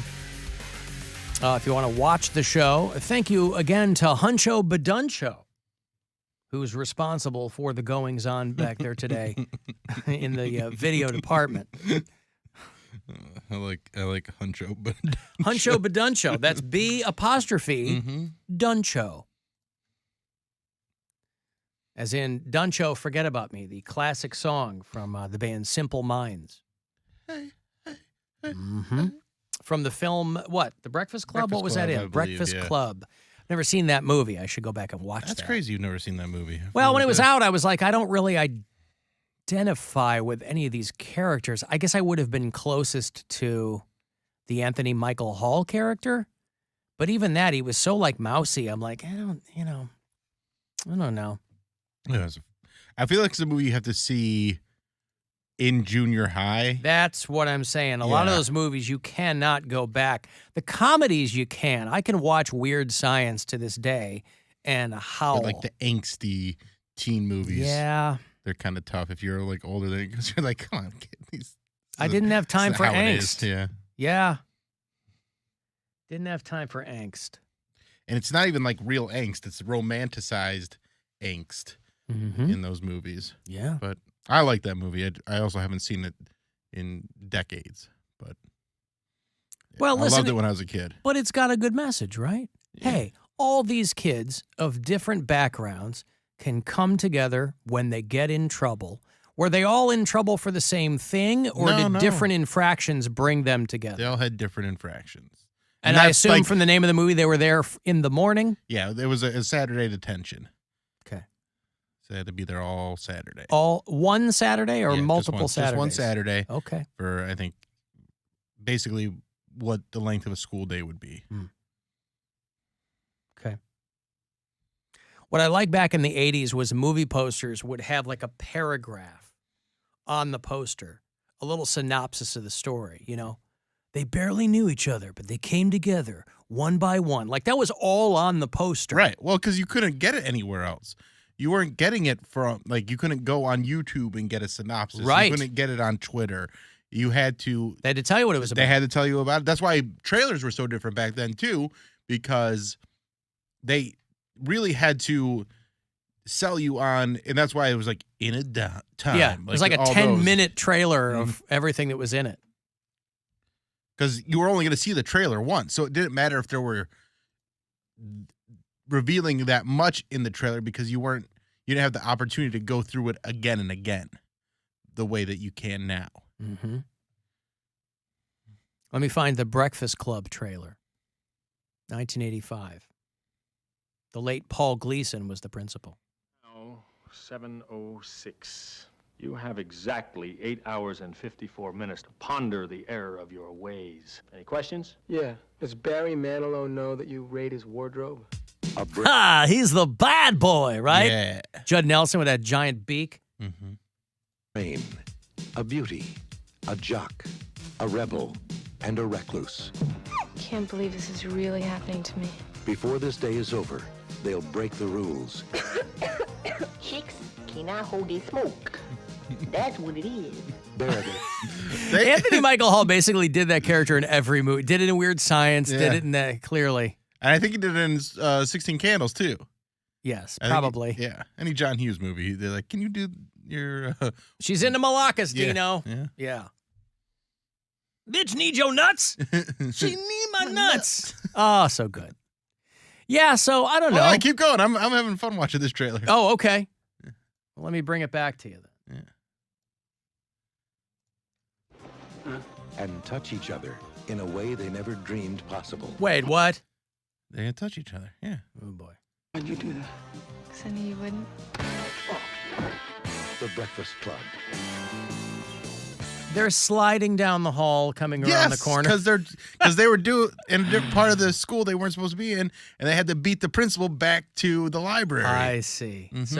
And so let me guess. At some point, each one of them goes, "I'm not who everybody thinks I am." Kind of, yeah. Everybody thinks they I'm all talk about what they did to get in there, and they have a bunch of moments like that as they get to know each other. Now, I think I'm going to watch that again. I don't want to this be weekend. I don't want to be that guy, but here you are. For somebody who never had Saturday detention, were you given work to do, or were you just the punishment was to sit there knowing everybody else was having fun and you were in there on a Saturday? Yeah. So whenever I had a Saturday detention, it was you were allowed to do schoolwork, but you weren't allowed to sleep. You weren't allowed to put your head down. And in this show, was it a day-long detention?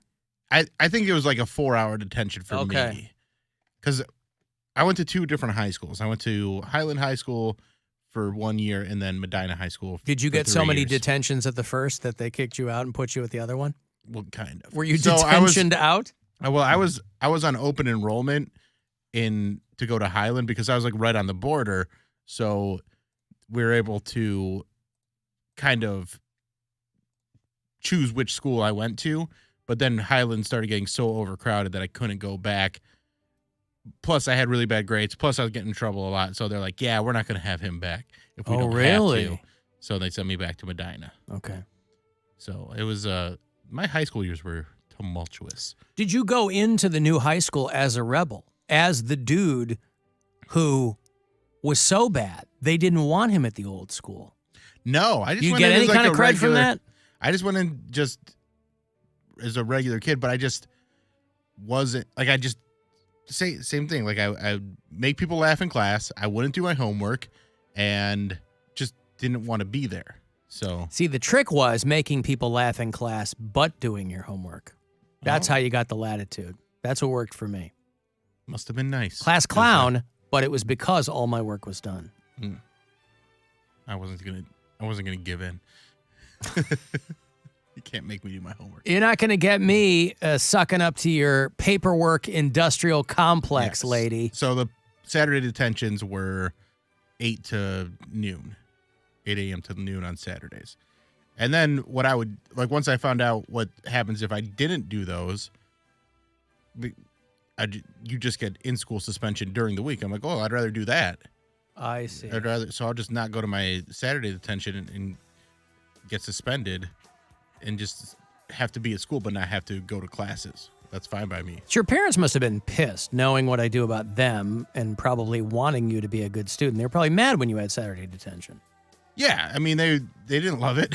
they weren't They're fans. like, Billy, why can't you get it together? They didn't know what to do with me because also, I was one of 5 kids, so they had all these other kids to worry about too. So I was just a fly in the ointment, and mostly you were just they were screwing just up like, their Saturday. Yeah, usually they just make my brother drive me. Right. So it wasn't even like a big deal because I was a freshman and he had his driver's license. So it would be like, hey, take your brother to detention and pick him up at noon. Or I'd find a ride with another kid that I knew that was having Saturday detentions. But, it was annoying. But I think I only served one because when I got other ones, I just wouldn't serve them and then get in-school suspension. Did you get detentions, Poundcake? I would get it wasn't a detention. It was a Saturday school, and then I would get a detention. Well, like a Saturday school is a Saturday What the hell was detention. Saturday school? Saturday school is a Saturday detention. It's just another word for it. Oh. And then our detentions that I would get, I would only get them because I was tardy, not because I would misbehave or something like that.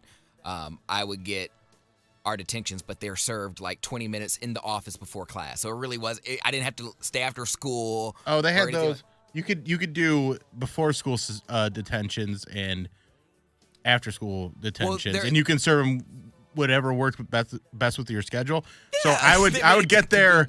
I'd get to school early anyway because I had to go to church before I went to high school.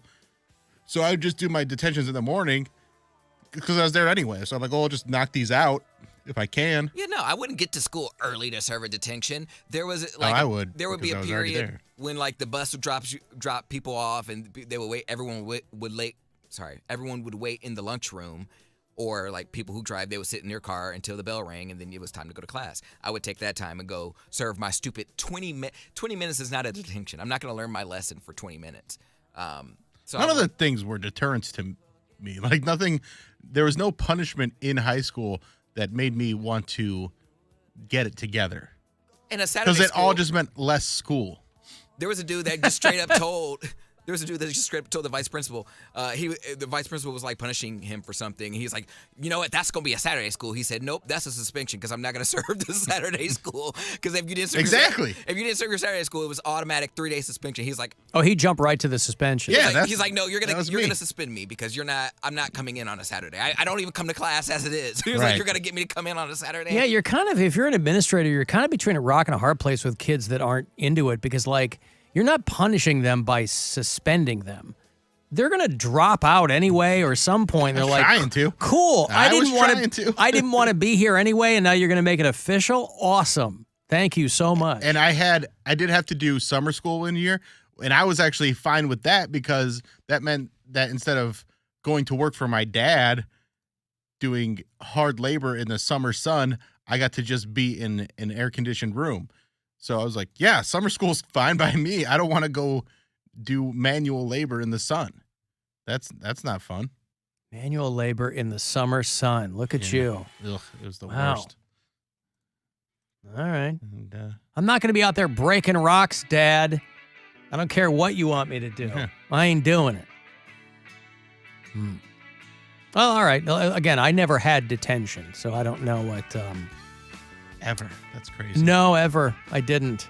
We got so many. Listen, I was terrified of my parents, and I went to Catholic school, K through 12. So I was terrified of the nuns, and I was terrified of getting in trouble because I knew it was going to happen when I get home. See, but what happens So once you I'm get in like- trouble so many times, they they lose faith in you, and they just don't really know how to deal with you. So there's I no, didn't want that. Yeah, well, I was worked trying out for to. me. I was trying to make everybody happy. I was doing that too, but like that was the thing. The reason I could get away with so much at school is because I'd still go to church and do that stuff. So my parents were like, "Well, he's doing that stuff." So Oh that's yeah, fine. church did not hold. I mean, we were it- Catholic, but church would not have outweighed all that other stuff. Oh, it did for us. No. As long as I was up on Sunday morning going to church, they're like, whatever. Well, we went to church every day. Well, we did too. So, I mean, I yeah. went to church 6 days a week. Alan Cox Show After Hours line some is days twice. back up and running. Wednesdays were brutal. 216-986-8903. Hey, Alan, this is Mike from nowhere. Ever since you brought up Kid Charlemagne and Steely Dan, I listened to the lyrics and pulled up what's going on behind the song. Great song. Good night. Bye. I'll tell you what. You want to talk about an enigma? Everybody knows I'm a huge Steely Dan fan, and I'm still the guy hosting the metal show here on MMS because I love metal and Steely Dan. How do you like that? Now, am I going to cross the streams? No. Do you want to talk about a great drug song? Kid Charlemagne, Steely Dan. About the rise and fall of a LSD dealer in the out there in the valley. Mike sounded like he was on something. He was hammered or checking in with just random thoughts. And what I like is how these little things will work into people's messages where no matter how out of it they are, they'll always go, okay, bye, or whatever. They're just slurring all over the place. Thank you, Mike. Is that who he said? Mike? Yeah, I think so. Hey, Alan, this is Mike from nowhere. Right, Mike from nowhere. Thank you, Mike. Hey, Ben. Hey, how you doing, Al? What's going on, Ben? Not much. I went to a private Catholic school also. Then I ended up at a public school. So things are a little different. Good for you. Thank you. But I corrected a teacher and got sent to the principal's office. And she had this placard on her desk that said, "To assume is to make an ass out of you and me." Yep. Well, she said, "Well, you're going to be suspended for 2 days." And I said, "You assume that's going to bother me." True story. True story. Yeah, I believe you. And what did she say? You thought you really got one over on it? Now you got 5 days. Yep. And I said, did you read your own sign? You know, I wasn't going to school anyhow. Yeah, right. They were teaching me nothing. That's what I mean. Like, if you're not scared, see, I was worried about those things. If you're fearless about that kind of thing, there's nothing they can do to you. The Brothers of the Holy Cross taught me so much in 7th and 8th grade that literally I tested out of the school, so they threw me in a class with a bunch of illiterates because they didn't know what to do with me. Yeah. You know? The Fathers of the Holy Cross taught Ben so much that he was sitting on an orthopedic pillow for 2 years. Yep. Help! The brothers. Right. The brothers, sisters, fathers. Thank you, Ben. Alan, the Breakfast Club is just Scooby-Doo. Emilio Estevez is Fred. Molly Ringwald is Daphne.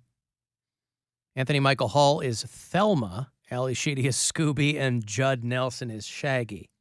Shaggy! All right, well, listen, I've never seen the movie, and I've never seen Scooby-Doo either, so I don't know. You've never seen Scooby? No, I'm kidding. Of course I've seen Scooby-Doo. Loved Scooby-Doo as a kid. You know, I had friends that weren't into it. They were more along the lines of Scooby-Don't. And I said, hey, Bill Squire at the Funny Stop, everybody. March 31st and April 1st. April 1st. Get your tickets. They're starting to move, so don't wait because it's going to, we're going to sell these out. So get your tickets now. Calm my anxiety. Isn't that a nice thing to do? I think so. You want him to be, he can't perform properly if he's anxious. Right? I want to see a bunch of ticket sales in advance so they can go, oh, I got nothing to worry about except just telling the jokes. I don't have to promote that much. Crowds and audiences are not in tune to the requirements of a performer. That's not their job. Their job is to be the crowd. Right. Our job to be the performers, right? But they're not in tune to kind of the variables that go into that. Right. And security is knowing your lines. And if you get up there and you're anxious or you're nervous because you're getting a weird vibe off of the crowd, that can really throw you off. And that's just going to be a bad experience for you, the paying customer. Well, this crap's free. I don't charge you anything for this. But if you shouldn't make, don't bring negative vibes to a show you're paying for to see someone perform. But yeah, and basically just get the tickets now so I don't have to keep talking about it. Alan, my work has a similar policy as at school. If you're late enough, they give you the day off. Mm-hmm. A lot of people purposely show up late and then take the day off right before a vacation. I would think they would get wise to that, by the way. You know, oh, Frank's going to Maui. Turns out he showed up 45 minutes before he was due to punch out. I got a break here. If you want to get the last word in, send me a text, 35192 to do that. I think you got the Corey Roddick experience after 6:30. You're in good shape. No Cavs tonight. So we'll take a break, come back, wrap up. 35192, you want to text. It's the Alan Cox Show. On our free iHeartRadio app and your favorite smart device. Just tell it to play the Alan Cox Show. On iHeartRadio. Get ready to celebrate your favorite podcasts at our iHeart Podcast Awards. Tune in as the best podcasts take home awards in categories like comedy, crime, pop culture, and more. Watch on iHeartRadio's YouTube channel and Facebook page. And listen on iHeartRadio, Tuesday night at 9. Considering